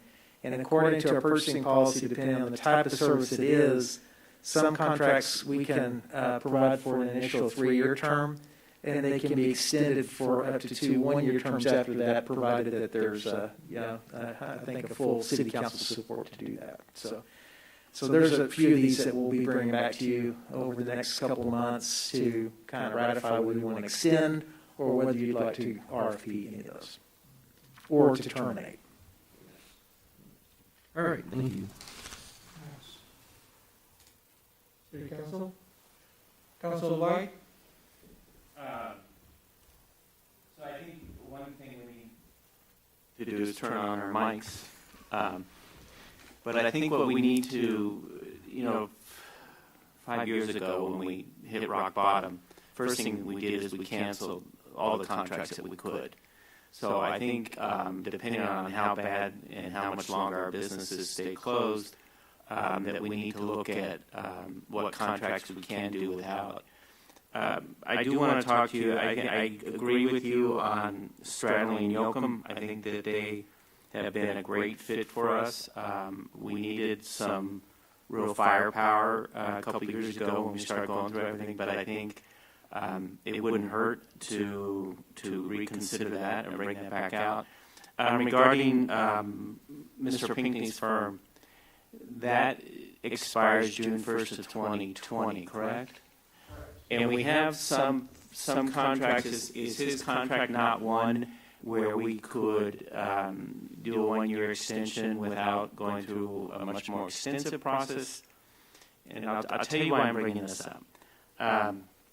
When we first got on council, we had an attorney that had been here an awful long time, and we had as you know, department heads, everything was an awful long time. And I remember having a lot of important discussions about how long you should keep an attorney, how long you should keep a city manager. And I think 2 years ago we brought this up as a discussion item with Mr. Pinckney's firm at that time, and we were in the middle of some major lawsuits. We are still not out of the woods, and I recognize how well he has represented us, and I would love for him to continue to represent us for at least as long as I'm on council. But at the same time, I don't think it would hurt to consider looking at just shopping around, making sure that that we're getting the best that we can. But I know we're in the middle of a couple key litigations, so the idea of maybe that last one was a 2-year contract, right? Yes, sir. Maybe bringing back to a future agenda the idea of doing a short 1-year term, giving us time to really not upset our legal strategy at this point, but at the same time, I just get uncomfortable when a council gets so comfortable with their administration that we go back into the problems that we had before. I think the fact that we had council members that had been here for 20 years as well, I think that's an issue that contributed to it. But the fact that they had all become so comfortable, I just don't want to be one of those people who become comfortable. So I would just like to consider bringing that up because again, 2 years ago we talked about it and we decided at that point it was not time to even consider shifting. But at this time, I think he's been with us for 5 years, and just a refresh of the process, I think couldn't hurt us. It's likely, I can't imagine. I mean, his being in here already and being involved with all of the litigation is going to weigh in his favor when we're looking at cost, just because someone else might do it for a little bit cheaper, but not have the knowledge, the experience, and already be involved. I think it's going to weigh in his firm's favor. So I'm not at all suggesting that we enter a contract with them. I'm just suggesting that we need to bring it up for review again. And I don't want to do it by June 1st, but buying us a year or doing something like that. I'd love to get the rest of the council's discussion on that on an agenda item. Very good. Council? Any? Okay. I will comment on that. I mean, on the on Councilor White on that.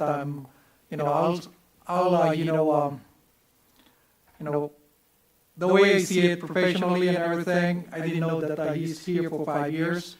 It's a good practice for any organization or any institution that if there's exploration like that, that would be nice to open the the opportunity on some other council out there to evaluate that also our opportunity and our chances of getting somebody. I'm not saying we will change him. I mean, I do agree that he's doing a super excellent job. I mean, I agree on that. But the idea of being also in the business, I mean, I like to see my contract not being renewed, being extended. I mean, I like to see that. A 1 year extension will be. I'm not voting for it. I mean, I'm just sharing my ideas on the business side, also for this city of Beaumont. That's a good idea, Councilor White. Yeah. Okay. Mayor, I have a question for the city manager. Yeah, go ahead, Councilor Martinez. Mr. Parton, does the legal contract fall under our lowest bidder type thing, where if we did go off to RFP and the firm that came in lowest would have to be the one we went with, or do we have discretion on that? Well, you have discretion, and you've been going through an RFP process, because we have Mr. Pinckney as our lead, and then we have a number of other attorneys, specialist attorneys that we go to for other things. For example, Eric Bell handles our waste management needs, some things like that. We go to that RFP because that's the process you'll want to go through. Our ordinance doesn't really require us for legal services to do RFP or do bidding. There's not a state statutory requirement to do that. So it's at your discretion with regard to how you want to handle that process. And cities that do this typically go through an RFQ process where they're looking for qualified respondents, and then they would then typically have a discussion with those that City Council chose as the most qualified. And then you kind of go from there. So typically you're not looking for price when you're looking at attorneys. You're really looking for what you need, who is the best qualified match for you to provide the level of services that you need for where you are at a given time. Very well. All right. Thank you for clarifying. Very good. Thank you. Council? Okay, I think we're good. Mayor Pro Tem. Oh, there you go. Sorry about that, Mayor Pro Tem Mike Larry. Go ahead. No problem, Mayor. Difficult to operate this way. And I'm sorry, some of the things I really couldn't make out, I don't know if it's because of the mask or just because we couldn't, the speaker or microphone's not working very well, but so we're discussing about the potential of possibly extending John's contract for 1 year and then going out after that for a bid to see if we can get a better price. Is that what we're talking about? Go ahead, Councilor White. Not really, but sort of. I got my mic on. So what I'm suggesting, Mike, is that we don't upset the apple cart right now in the middle of what we're doing, and that 1 year will give us time to discuss. And if we discuss and we have a council meeting in August or September, and we decide that we want to do something, then we have that time frame to do it. And I think Councilmember Martinez's comment was important, is that we're not bound by just because the lowest cost comes in. We can weigh into our decision previous service and how well he's done for us. But I just think that we should set a precedent that the next councils follow, that we at least reevaluate where we're at and make sure that we are still headed in the right direction. Does that answer your question? And I'm okay with that. I guess at the end of the day, I want to make sure if we're not doing it for cost savings and we're satisfied with the work that's being done, I think the economic landscape a year from now hopefully will be much better than it is today. But not knowing that, I guess I wouldn't want to, and we can discuss this later, but I wouldn't want to go out and spend the money to go through the whole process again, just on the off chance that we may find something else. I don't, or just because, So I understand what you're saying, and I agree. I think the 1 year extension would be good, and then give the council an opportunity to reevaluate it again at that point. And I really just want to remind everyone that 2 years ago, we had the same discussion, and we decided basically what you just suggested was there's no reason to do anything now, but we would reconsider it when this one came up. So we can. That's why I wanted to bring it up tonight, so that we're not just moving it down and continuing in that direction. Okay, thank you, Councilmember. Got a much better memory than I do. Very good. Councilor Carroll, please. Thank you. I don't want to have our current council take any impression from this of any lack of confidence.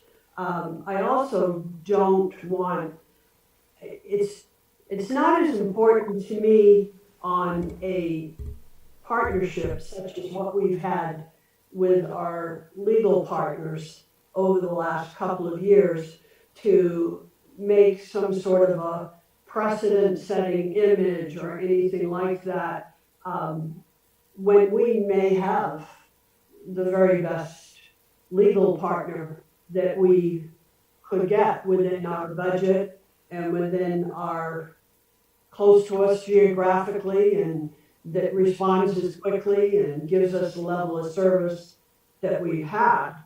So I certainly wouldn't want to go through some orchestration of a precedent that would end up having some sort of a negative impact on the relationship.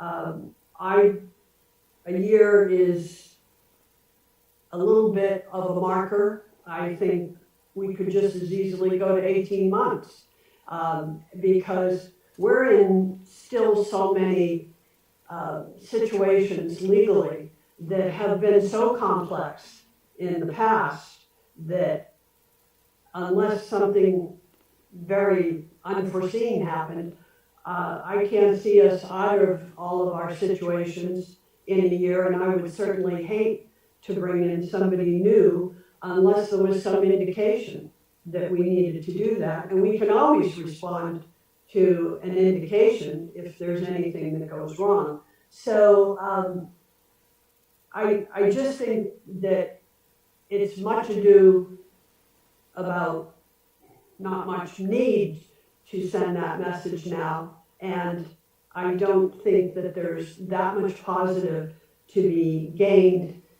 If we were thinking about doing a change of contract, frankly, especially for legal, if you were working the legal end, you would want to know that your end of road was coming, so to speak, way ahead of time. And it's a very complex relationship, so we would really need to spend a lot of time on it. So I think if you want to set that precedent because you want it to have an appearance for in the future, which nobody, of course, has to really adhere to in the future anyways. If you get a new council in, they don't have to adhere to anything we decided to do today. We're not going to make it some sort of an ordinance or anything. So I just think that 18 months, if you really feel a need to do this, would be better. I think it gives the legal team more confidence that we're going to be with them longer and that their work is going to be honored and that we're really partnering with them on a lot of this. And I sure as hate to bring in anybody new and in a shorter amount of time and have to bring them up to date on all the intricacies of everything that we've had to go through for the last couple of years. And I don't think that our prior situation for the city was very bad. It certainly was nothing like what we've had now from a legal perspective. And so I don't think there's any comparison. So I certainly won't go against it if the rest of the council wants to do a year, but I think that it's just not as, I think the positives do not outweigh the negatives on setting a year tonight, right on the eve of the end of a contract. I'd rather, if you must do it, extend it 18 months, and that's my feeling. Thank you. Very good. May I Go respond? ahead. First of all, I spent many long hours to 1, 2, 3 o'clock in the morning working with John on some extremely important and vital issues for the city, and I'm a little bit offended that you would think I'm doing this, that my primary objective of doing this is to set some kind of precedent. I am not doing that at all. You yourself just talked about how you wouldn't want the time frame to come up and, oh my gosh, I didn't know I was going to be leaving. All I suggested was that we follow a discussion that we had several years ago, probably a year before you were on council, where we had decided that we weren't going to get back into the trap of not at least reevaluating our contracts and making sure that our vendors are aware that we are going to continue to expect the best value. And I'm not going to tell you right now that which way I would go, because I don't think that would be fair either. But I honestly believe it will be hard for me to make a decision against hiring and continuing the contract with John. But again, this is not about setting a precedent. That was just one issue I brought up. It was about doing what was best in the value for the city and also in the best for the relationship with the council and our council. Thank you. Okay, very good. Let's move on. We'll put that on the future agenda. Mayor, Nancy. Oh, okay. Go ahead. Councilor Carroll. You have to mute. Oh, there you go. Now we could hear you. Mayor, may I? Yeah. Go ahead. Point well taken that I wasn't on council when you were doing the discussions till 3 a.m, but we were all on board. Everybody in this room was on board through every one of those problems, whether it be through the legal issues that affected the clerk's office and public records and the amount of money that was not being handled well when I was treasurer. This is a team that was on board from day one, and we all feel just as committed. So, but your point is well taken, council member. Okay, very good. Anything else? Is there any public comments on here? No, sir. No? Okay, let's make a motion to this item number 9, please. What kind of motion is it? A receive and file? Receive do a direction. Yes, sir. Yeah, so I've got my notes to receive and file, and then I've got a couple other things to bring back to y'all. So legal contract and then scheduling are the two specific things that I had. Okay, let's move on. Item number 10. You see back? I told you. Well, he'll need to recuse himself from this. Oh, recuse himself. Okay, city attorney invoices for the month of April 2020. Some report, please. Mayor, I'd like to move that we approve the invoices for John's firm. I'll second. Okay. Councilmember White? Yes. Councilmember Martinez? Yes. Councilmember Carroll? Yes. Mayor Pro Tem Lara? Yes. Mayor Santos? Yes. Thank you. Item number 11. Are we going to do the updates on the legislation and discussion? Yes, sir, but we'll need to get our city attorney back in. There he is. Yeah, there it is. You should be with you instead of 2 minutes. Sorry about that. Okay, would you like the long one or the brief one? Would you like the one like you had last time? Yeah. Can we take a break and get some coffee? No coffee for Christine. The Christine, I know it's a little good. Maybe some shots. Love you, Christine. Last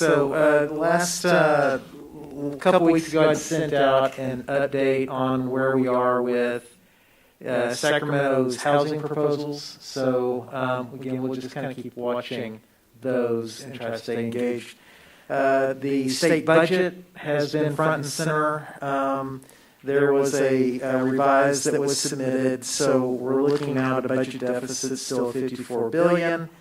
And the governor has cited some key issues with regard to retraction of sales tax, income tax, and property tax as contributing factors for that, as well as losses of revenues. So he has laid out a program to look at a variety of cuts.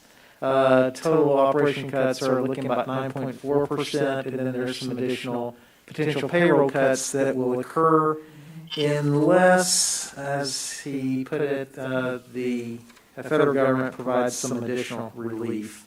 The state was looking for about $14 to $15 billion from the federal government as some assistance to get past COVID. There was the HEROES Act, which was passed by the U.S. House of Representatives. Of course, that was considered DOA by the members of the Senate. There was, however, today a bipartisan Senate bill that was submitted. It was sponsored by Bob Menendez and Bill Cassidy. That is looking at about $500 billion to help provide some financial relief to local governments. So looking at cities and counties and other kind of local agencies. So that's one that's on the watch list of the League of Cities. So we'll continue to, I'm sure, hear about that. As that information comes forward, I'll continue to forward to you guys. Otherwise, at the state level, there's a couple of things that have been popping. Some COVID-related legislation, looking at renter and landlord stabilization, economic recovery funds, are some programs that are being considered at the state level right now. So that's kind of the highlight of where we are, what we've got. So Very good. Now open for discussion, Council. Question? None? Nope. Oh, okay. Okay, let's move on the council reports. Nancy Carroll.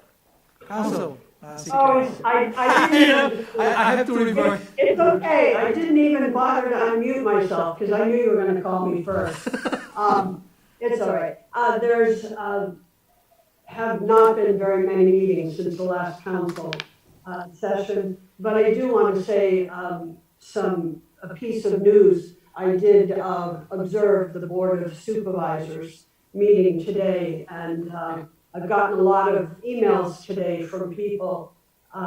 It's unfortunate, but today was the final stroke for the warehouse on Cherry Valley in the residential area of Cherry Valley. It got finally passed today with the very last stroke of a pen, so we will be, for sure, it's at the very last point, it's a done deal. So the chop-off warehouse on Cherry Valley will be sold or built, one or the other. So a lot of the community is very upset about that today. So that's it. That's my only news. Very good. Mayor Pro Tempo, Mike Lara? Thank you, Mayor. Actually, I have nothing to report this evening. Ooh, okay. Okay, Councilman Julio Martinez. I attended the FAC committee teleconference there on a Monday, and I just want to say that I appreciate the members of the committee. They're really trying to take a proactive role and do more to get involved, and you can see the participation in the RFP process that they are involved in with the selection committee for the upcoming auditors. So I just want to thank the committee for their hard work and Mr. Giannetti for being chairman of that and taking it. So appreciate that. That's Very good. Council White? I have nothing to report. Oh, okay. Thank you. That was fast. I mean, I will share with you my quick remarks and report in here. On the moving forward on the small business. I know we'll be opening up pretty soon on this. I mean, I would say pretty soon, maybe a weeks or months. This is my comment on here.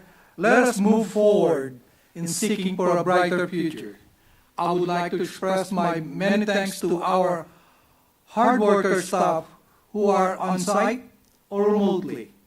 And I've been dealing with them, most every day. Since April 20th of last month, we have started road maintenance pavement, slurry treatment throughout the city. Beaumont Avenue is beautiful with stripes. It's beautiful, man. I mean, we got a lot of compliments on that. That's done. In addition, Oak Valley Parkway on Freeway 10 and Oak View Drive, right there on the Rite Aid. That was done also. I mean, need striping in there. Cherry Avenue, Starlight area, and they done also on that. Again, another striping need on that. Elms Avenue, done. Now, 6th Street on Beaumont Avenue and Gully. They done the two lanes in there. It's beautiful. I mean, I think they will be done tomorrow or probably another day. If you haven't been there, man, it has a traffic, but it's beautiful. As I said before, we must plan now for the upcoming week or weeks on reopening of our local economy here in Beaumont. A good planning to a strong economic coronavirus recovery is beneficial to our city.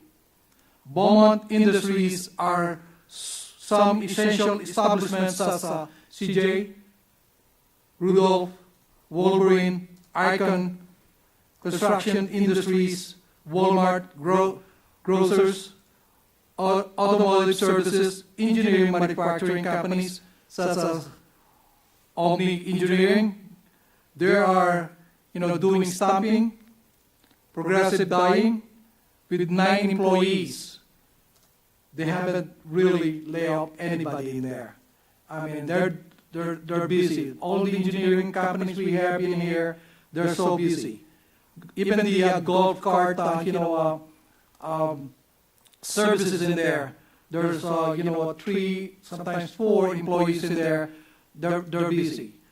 Now, I do stand with little guys in smallest businesses that in need of help and assistance in reopening their own business anytime.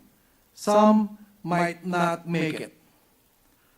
I would like to create, with your approval and everybody, is the Emergency Economic Relief Program for COVID-19 small business. We recognize that this pandemic crisis put a difficult burden in our small business economy, actually community.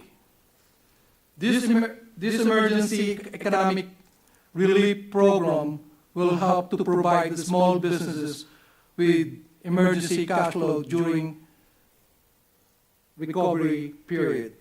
And I will discuss this, if you do allow me, on the future agenda. I would like to put this on the future agenda, and then with the city manager, I know we'll be looking on our budget and everything. I do understand that, but I think we have to give it back to all our small businesses out there. And I like to give them, or the city, give them assistance and help when they do come back. That's all I have. And then, on the future agenda, I would like to give you a briefing on that economic relief program that I will propose. Thank you. Okay. City Treasurer Report. Thank you, Mr. Mayor. Good evening, council members. I have 3 points to cover from our Finance Audit Committee that we had last week, in addition to the committee agreeing that with the council's suggestion that we move our meeting between the 2 council meetings each month. Everybody was in agreement with that. We also reviewed the budget for this year, and it's positive, but not as positive as we were looking at it prior to the COVID instance right now. But we could still show a surplus of about $5 million, not the 7 that we were thinking we were going to have, but the $5 million, that's, thank God, from the waste management group, the $5 million that they gave us a one-time payment. As far as next year's budget, I think Jeff and the finance team and Todd and the city have looked really hard at how to pare the budget down so that we can be on target with the shortfall that was projected of about, I think it was around $2.5 million, but they've looked at the cuts and looked at where there was money hiding, and it looks like we'll have a fairly balanced budget without digging into the reserves at this time. I'd like to report on the RFP activity, which is one of our subcommittee tasks. And myself and Mr. Cooley from the Finance Committee, we were the subcommittee on the RFP process. We worked with Jeff and Lisa on issuing the RFP for the new audit firm that we would have starting this year. And it was a good process because I looked at the value we brought. They did a lot of work getting it together. We reviewed the RFP. It went out. We then, as a team independently, reviewed all the applications. We got together and came in with our opinions on that. We interviewed the two that we thought were the best of the three. And it was interesting in the process and the evaluations that we did independently that unanimously we selected the same company to be the audit company was the recommendation. So I thought the process went well, and I feel Jeff can speak to that at some time, how he thought it went. The last item is just on the subcommittees. That's the only subcommittee activity that we have had in the last couple of months due to the existing requirements of sort of isolating ourselves. That's all I have, Mr. Mayor. Very good, Barry. Thank you. City Clerk report, please. Steve? Thank you, Mayor. Public records request report for the month of April. 22 total requests. 22 of them were completed. Staff time allotted 5.25 hours. That's all. Thank you. Thank you. City Attorney report? Nothing this evening. Very good. Thank you. City Manager report? Oh, goodness. The exclamation point for your whole meeting, right here. Yeah. Congratulations. Getting to the end. One of the things that I promised to do with my reports was to give you an update of our accomplishments or our activities with regard to COVID specifically. And to kind of put it shortly, we've been continuing to monitor the various changes in the status of the governor's orders.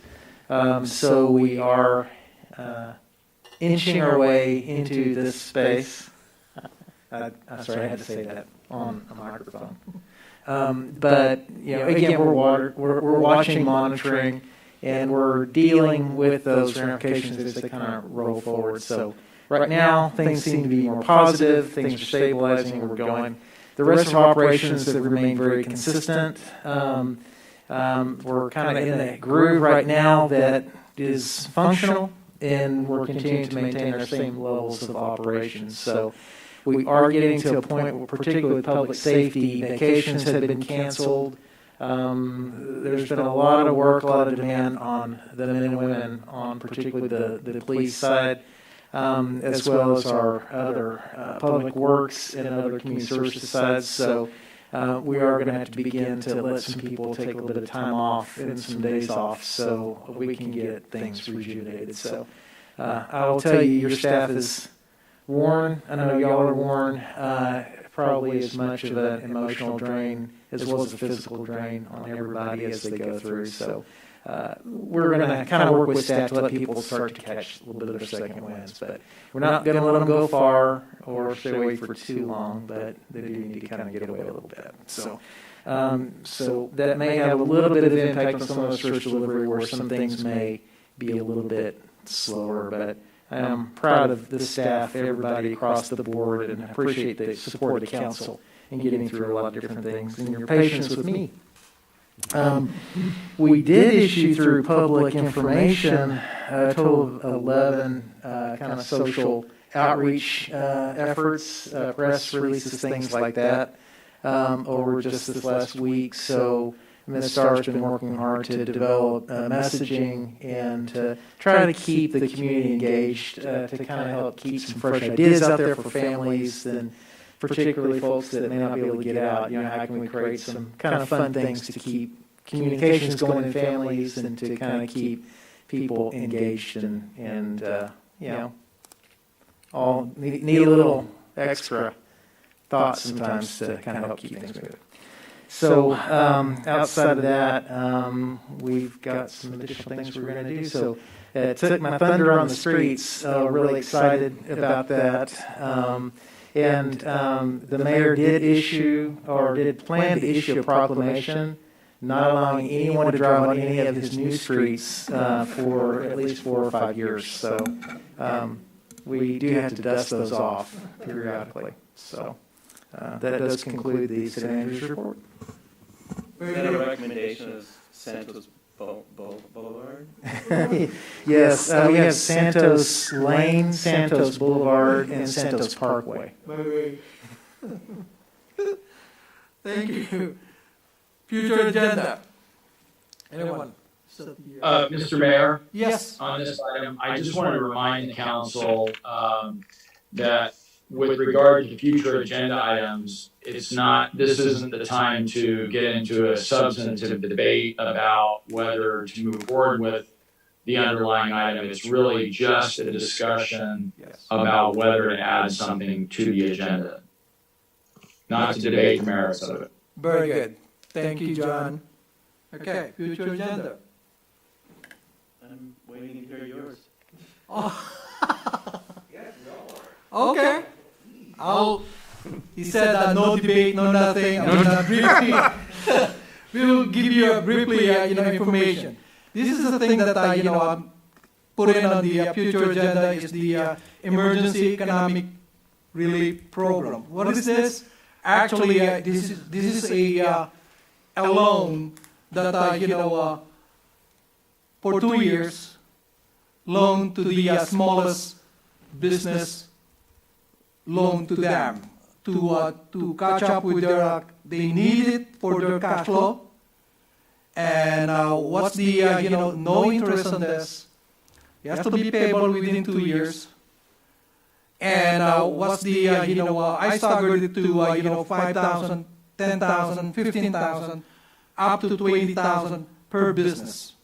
Okay, it has to be repaid. Schedule of 2 years, as I said, can repay sooner.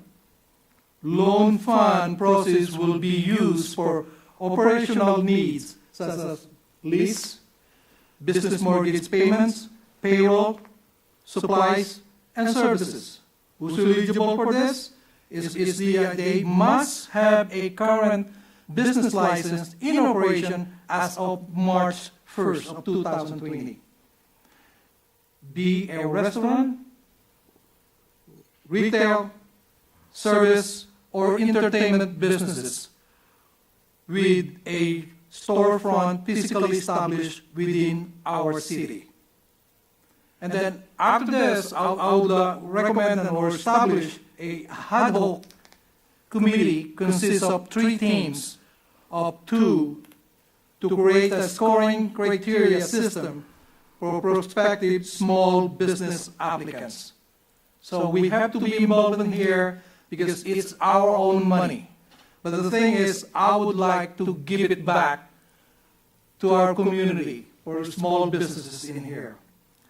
And we will reopen small businesses safely and soon. We are all together with you, the small businesses and the citizens of Beaumont, who are patient, do sacrifice, and compliant. Please be safe, be mindful, and be kind. God bless, and thank you. That's my proposal. I know there's a lot of questions and everything. As I said, no debate. And what will happen is I will give this information, and I will work with our city manager, Todd Parliament here, and also with John Pickney on this one. So, Mr. Mayor, that's essentially a motion, I take. Is it a motion? Okay. Okay. That's the future. It's a motion for a future agenda item. Is that correct? Right. Okay, well, I'll second. I mean, I'd like to discuss it. So yes, I will second it. No, I really think that in the past we got a field of just really under the Brown Act. It allows a narrow exception to take action to direct staff to place an item on the future agenda. And the time to really debate the item, the underlying merits of the item, would be at that future meeting. And a couple meetings ago, we got a little bit afield, and there was and the debate about whether to place it on the agenda started to edge towards the underlying merits, and we want to avoid that. That's for the next meeting when you address the item, then you debate whether you agree with it or disagree with it. The only issue right now is you've got a motion to put it on the agenda. It sounds like maybe a second. Yeah, John, I understand what you're saying, and I agree that the discussion should not happen tonight, but it was unusual to have a motion, so I just wanted to make sure the motion was for a future agenda item. I will second that with no discussion. Very good. Okay. John? Go ahead, Councilor Carroll. You drop it. You're ready, you follow? You're okay? Good.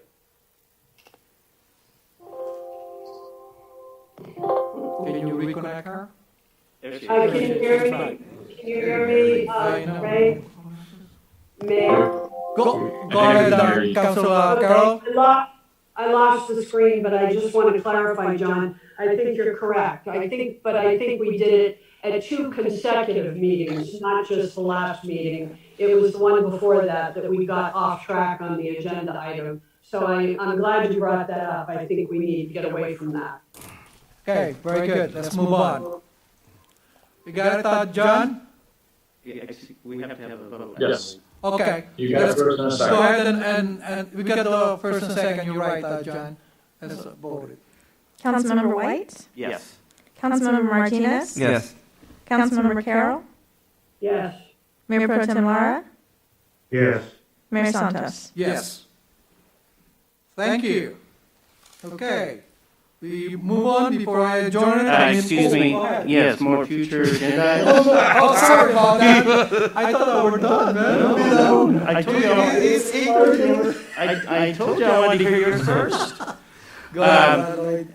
I understand the concept behind yours, and I understand where that's coming. But I want to make a comment here, and then propose a motion for a future agenda item. I believe that if we wait another agenda before we start to move to help our businesses open between now and our next agenda, our next meeting, that the loans are going to be, we're going to have less businesses applying because less businesses are going to return to opening. So I recognize that the city of Canyon Lakes has reached out to their businesses. Norco has a restaurant that in the newspaper today, the headline was that the county of Riverside was not going to stop the restaurant from opening. Aren't we discussing the item again? No, this is a new item. Go ahead, Nancy. Okay, no, I apologize. This sounds like a new a proposal to place an additional item on the Right. agenda. Thank you for the clarification. Go ahead. Okay. Sorry, my apologies. Okay. So I believe that we need to act now. We come back for another meeting, and again, I'm not at all saying this, arguing to your idea, but I would like to make a motion that we hold a special meeting to discuss the creation of at least, at the minimum, a 2-person council member team to start to reach out to our businesses, to set up guidelines and directions on how they can reopen, and to show our community that we are supporting them and we are behind them. San Jacinto has done this, Norco has done this, Canyon Lakes is doing this, Temecula Murrieta are doing this. If we wait until June or even after that, to get this program going, our businesses aren't going to see any relief for months. And so I think I understand where you're going with it, and I think that you have a lot of good ideas, and I'm glad you put that on the agenda because I have some ideas as well. But I would like to make a motion that we hold a special meeting just to discuss the creation of an ad hoc committee to begin to work in town hall sessions with our business owners to put together guidelines and direction to open safely and as soon as possible. That's my motion.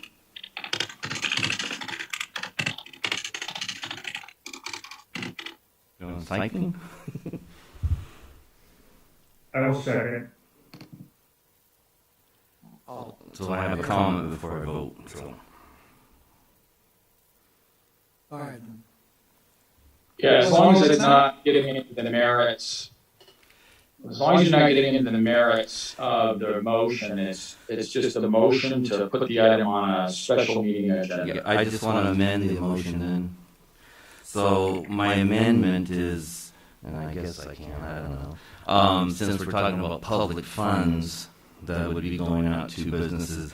I believe that we should also include the unions and representatives for our personnel and POA, because we're talking about public funds now. I'm not talking about public funds.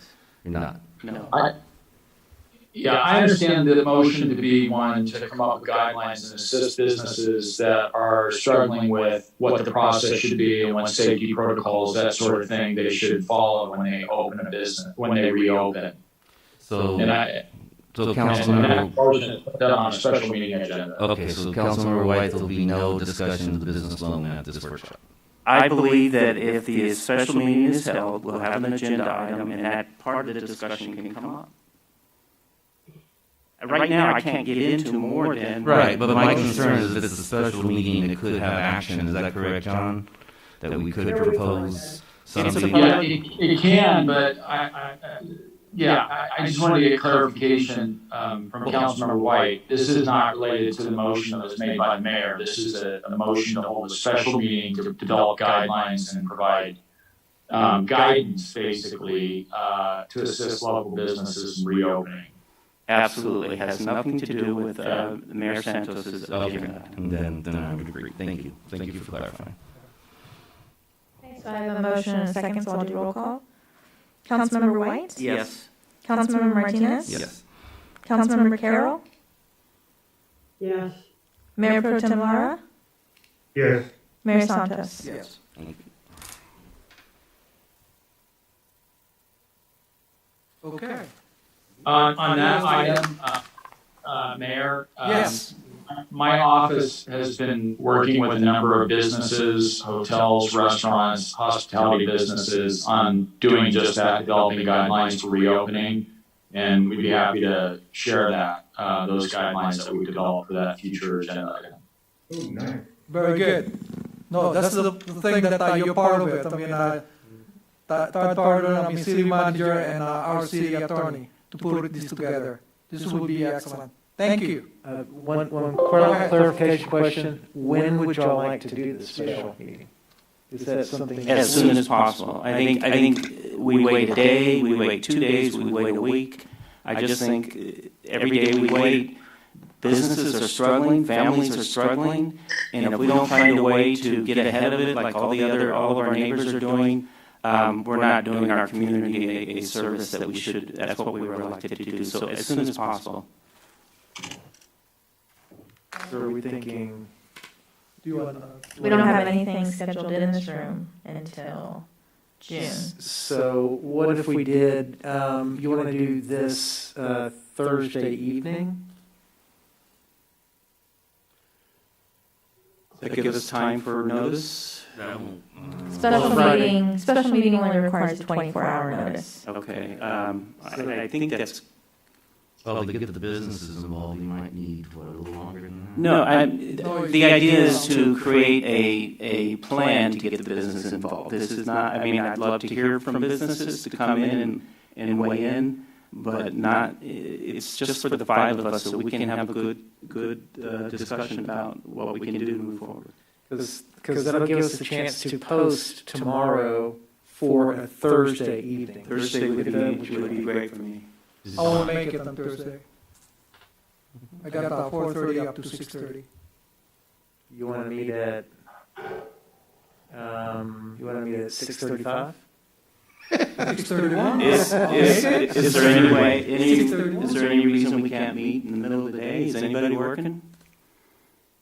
But you're working whether you come to the meeting or not. Yeah, that's true. Hope so. So we could Zoom y'all in and have a special meeting via Zoom. I think the key issue is how quickly we get our meeting posting, because we got to have that 24 hours. And all we need is just a title for the agenda. So that should be a quick turnaround. Okay. So I work, but I'm flexible. I can do it any time on Thursday. Wait, are you okay with Zoom? Absolutely. Anytime, I'm okay. So would everybody be able to do a noon Zoom on Thursday? About 2 o'clock. Or 2 o'clock? 2 o'clock, okay? Except the 4:30 to 6:30. How about John? And can John give minor detail? Hey. So that's Thursday at 2? At 2 o'clock, yes. Yeah. You okay? I Yes. have to move a work assignment, and I may not be able to move it. I don't know on this short a notice. I have to confer and make sure I can move it. Is there a time that works better for you on Thursday, Ms. Carroll? Well, I'm fitted all day Thursday. I didn't plan on. How about Friday can we do Friday in the daytime? So why don't you just go ahead and set it for the schedule, and I'll do my best. And for clarification, is this a presentation by John's firm on what they have recommended for guidelines? Is that what this is going to be? Is it going to be an informative or? No, it's not. It's not going to be informative. Informative is important, and I believe that John's firm I has. didn't ask you, sir. I'm asking the mayor. Thank you, though. I think it's only, this will be, Nancy, this will be a discussion. No, it will not be just a discussion. We need the ability to act. No, we can decide not to act. No, I mean, after the discussion, we could act on the, the item on this.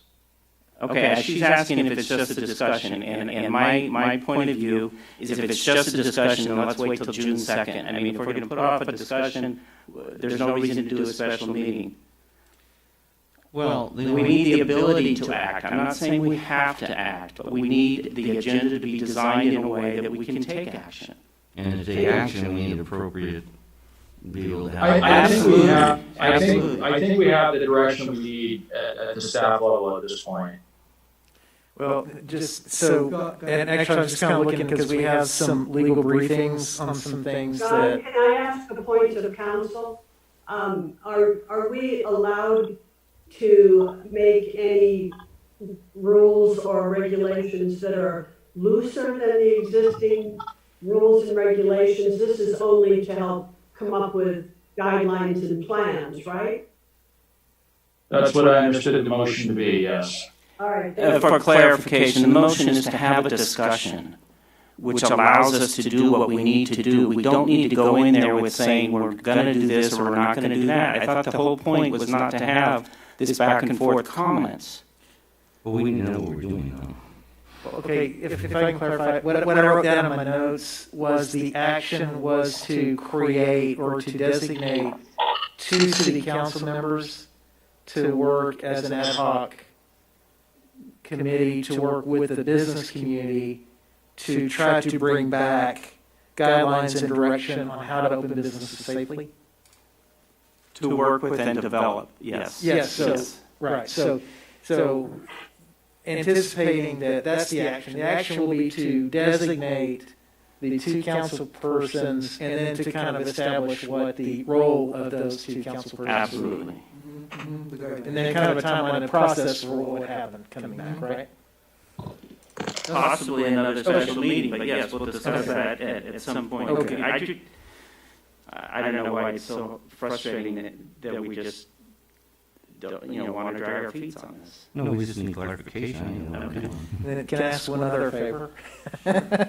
Can we make that maybe 3 o'clock? We got some legal briefing conflicts in that time that. Are you talking about Friday? On Thursday? Okay. So are we doing, I'm sorry, are we doing Thursday? I have to be out 4:30. Okay. Well, I was just suggesting Friday because Mrs. Carroll may not make it on Thursday, but I'm because good. she's tied up on Friday. Is she open It'll Friday? be nice. Yeah, we don't know if she's open Friday. We don't know. Is she? Yeah. Nancy, are you open on Friday? Friday at John? yeah, I'm just looking. John, Friday, we got the interview that may take all day. Oh, don't take that. yes, I'm available. Okay. I'm available. What about Nancy? I have to check. I mean, I don't. On a Friday. Friday. I have an appointment that involves other people, and I have to check. That's all. And it's a work appointment, so it's not something I could move without agreement, so. Okay, that's Friday. So you'll just have to go with the majority, and then I'll just do my best. Yeah. So is that Friday, Thursday or Friday? That you'll be tied up? I think it's both. It's both? I have an appointment Friday morning, and I have one Thursday. Oh, okay. Thursday afternoon. But I'll see if I can move it to Thursday morning. So we're Friday. So Friday, you'll be open on Friday? I have Friday morning committed, but I have Friday, so I'm No. sorry. It Okay. just happened to- So Friday afternoon? Friday afternoon. Shane, you said something about a long interview? John, we've got the RSI William Lyon interview that's happening at 11 for me, and then Ms. Day at 1:30. So it'd have to be, it's going to have to be Friday evening. That's okay. We can do Friday evening. I'm okay with that. It's not like I have a movie to go to. I'm available Friday evening. I'm good. About the mayor, I'm Pro Tem. available. Mike, are you okay on Friday?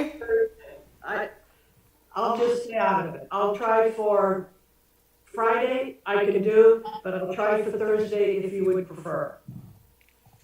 We gotta hear from But I have to check. Mike, are you okay Thursday or Friday? Friday will be evening. Evening probably 6 o'clock. I'm good. Do we have a time Friday evening yet? No, we're shopping for the time, man. Friday will be on 6 o'clock. Okay, that's fine. I can work it in between naps. Okay.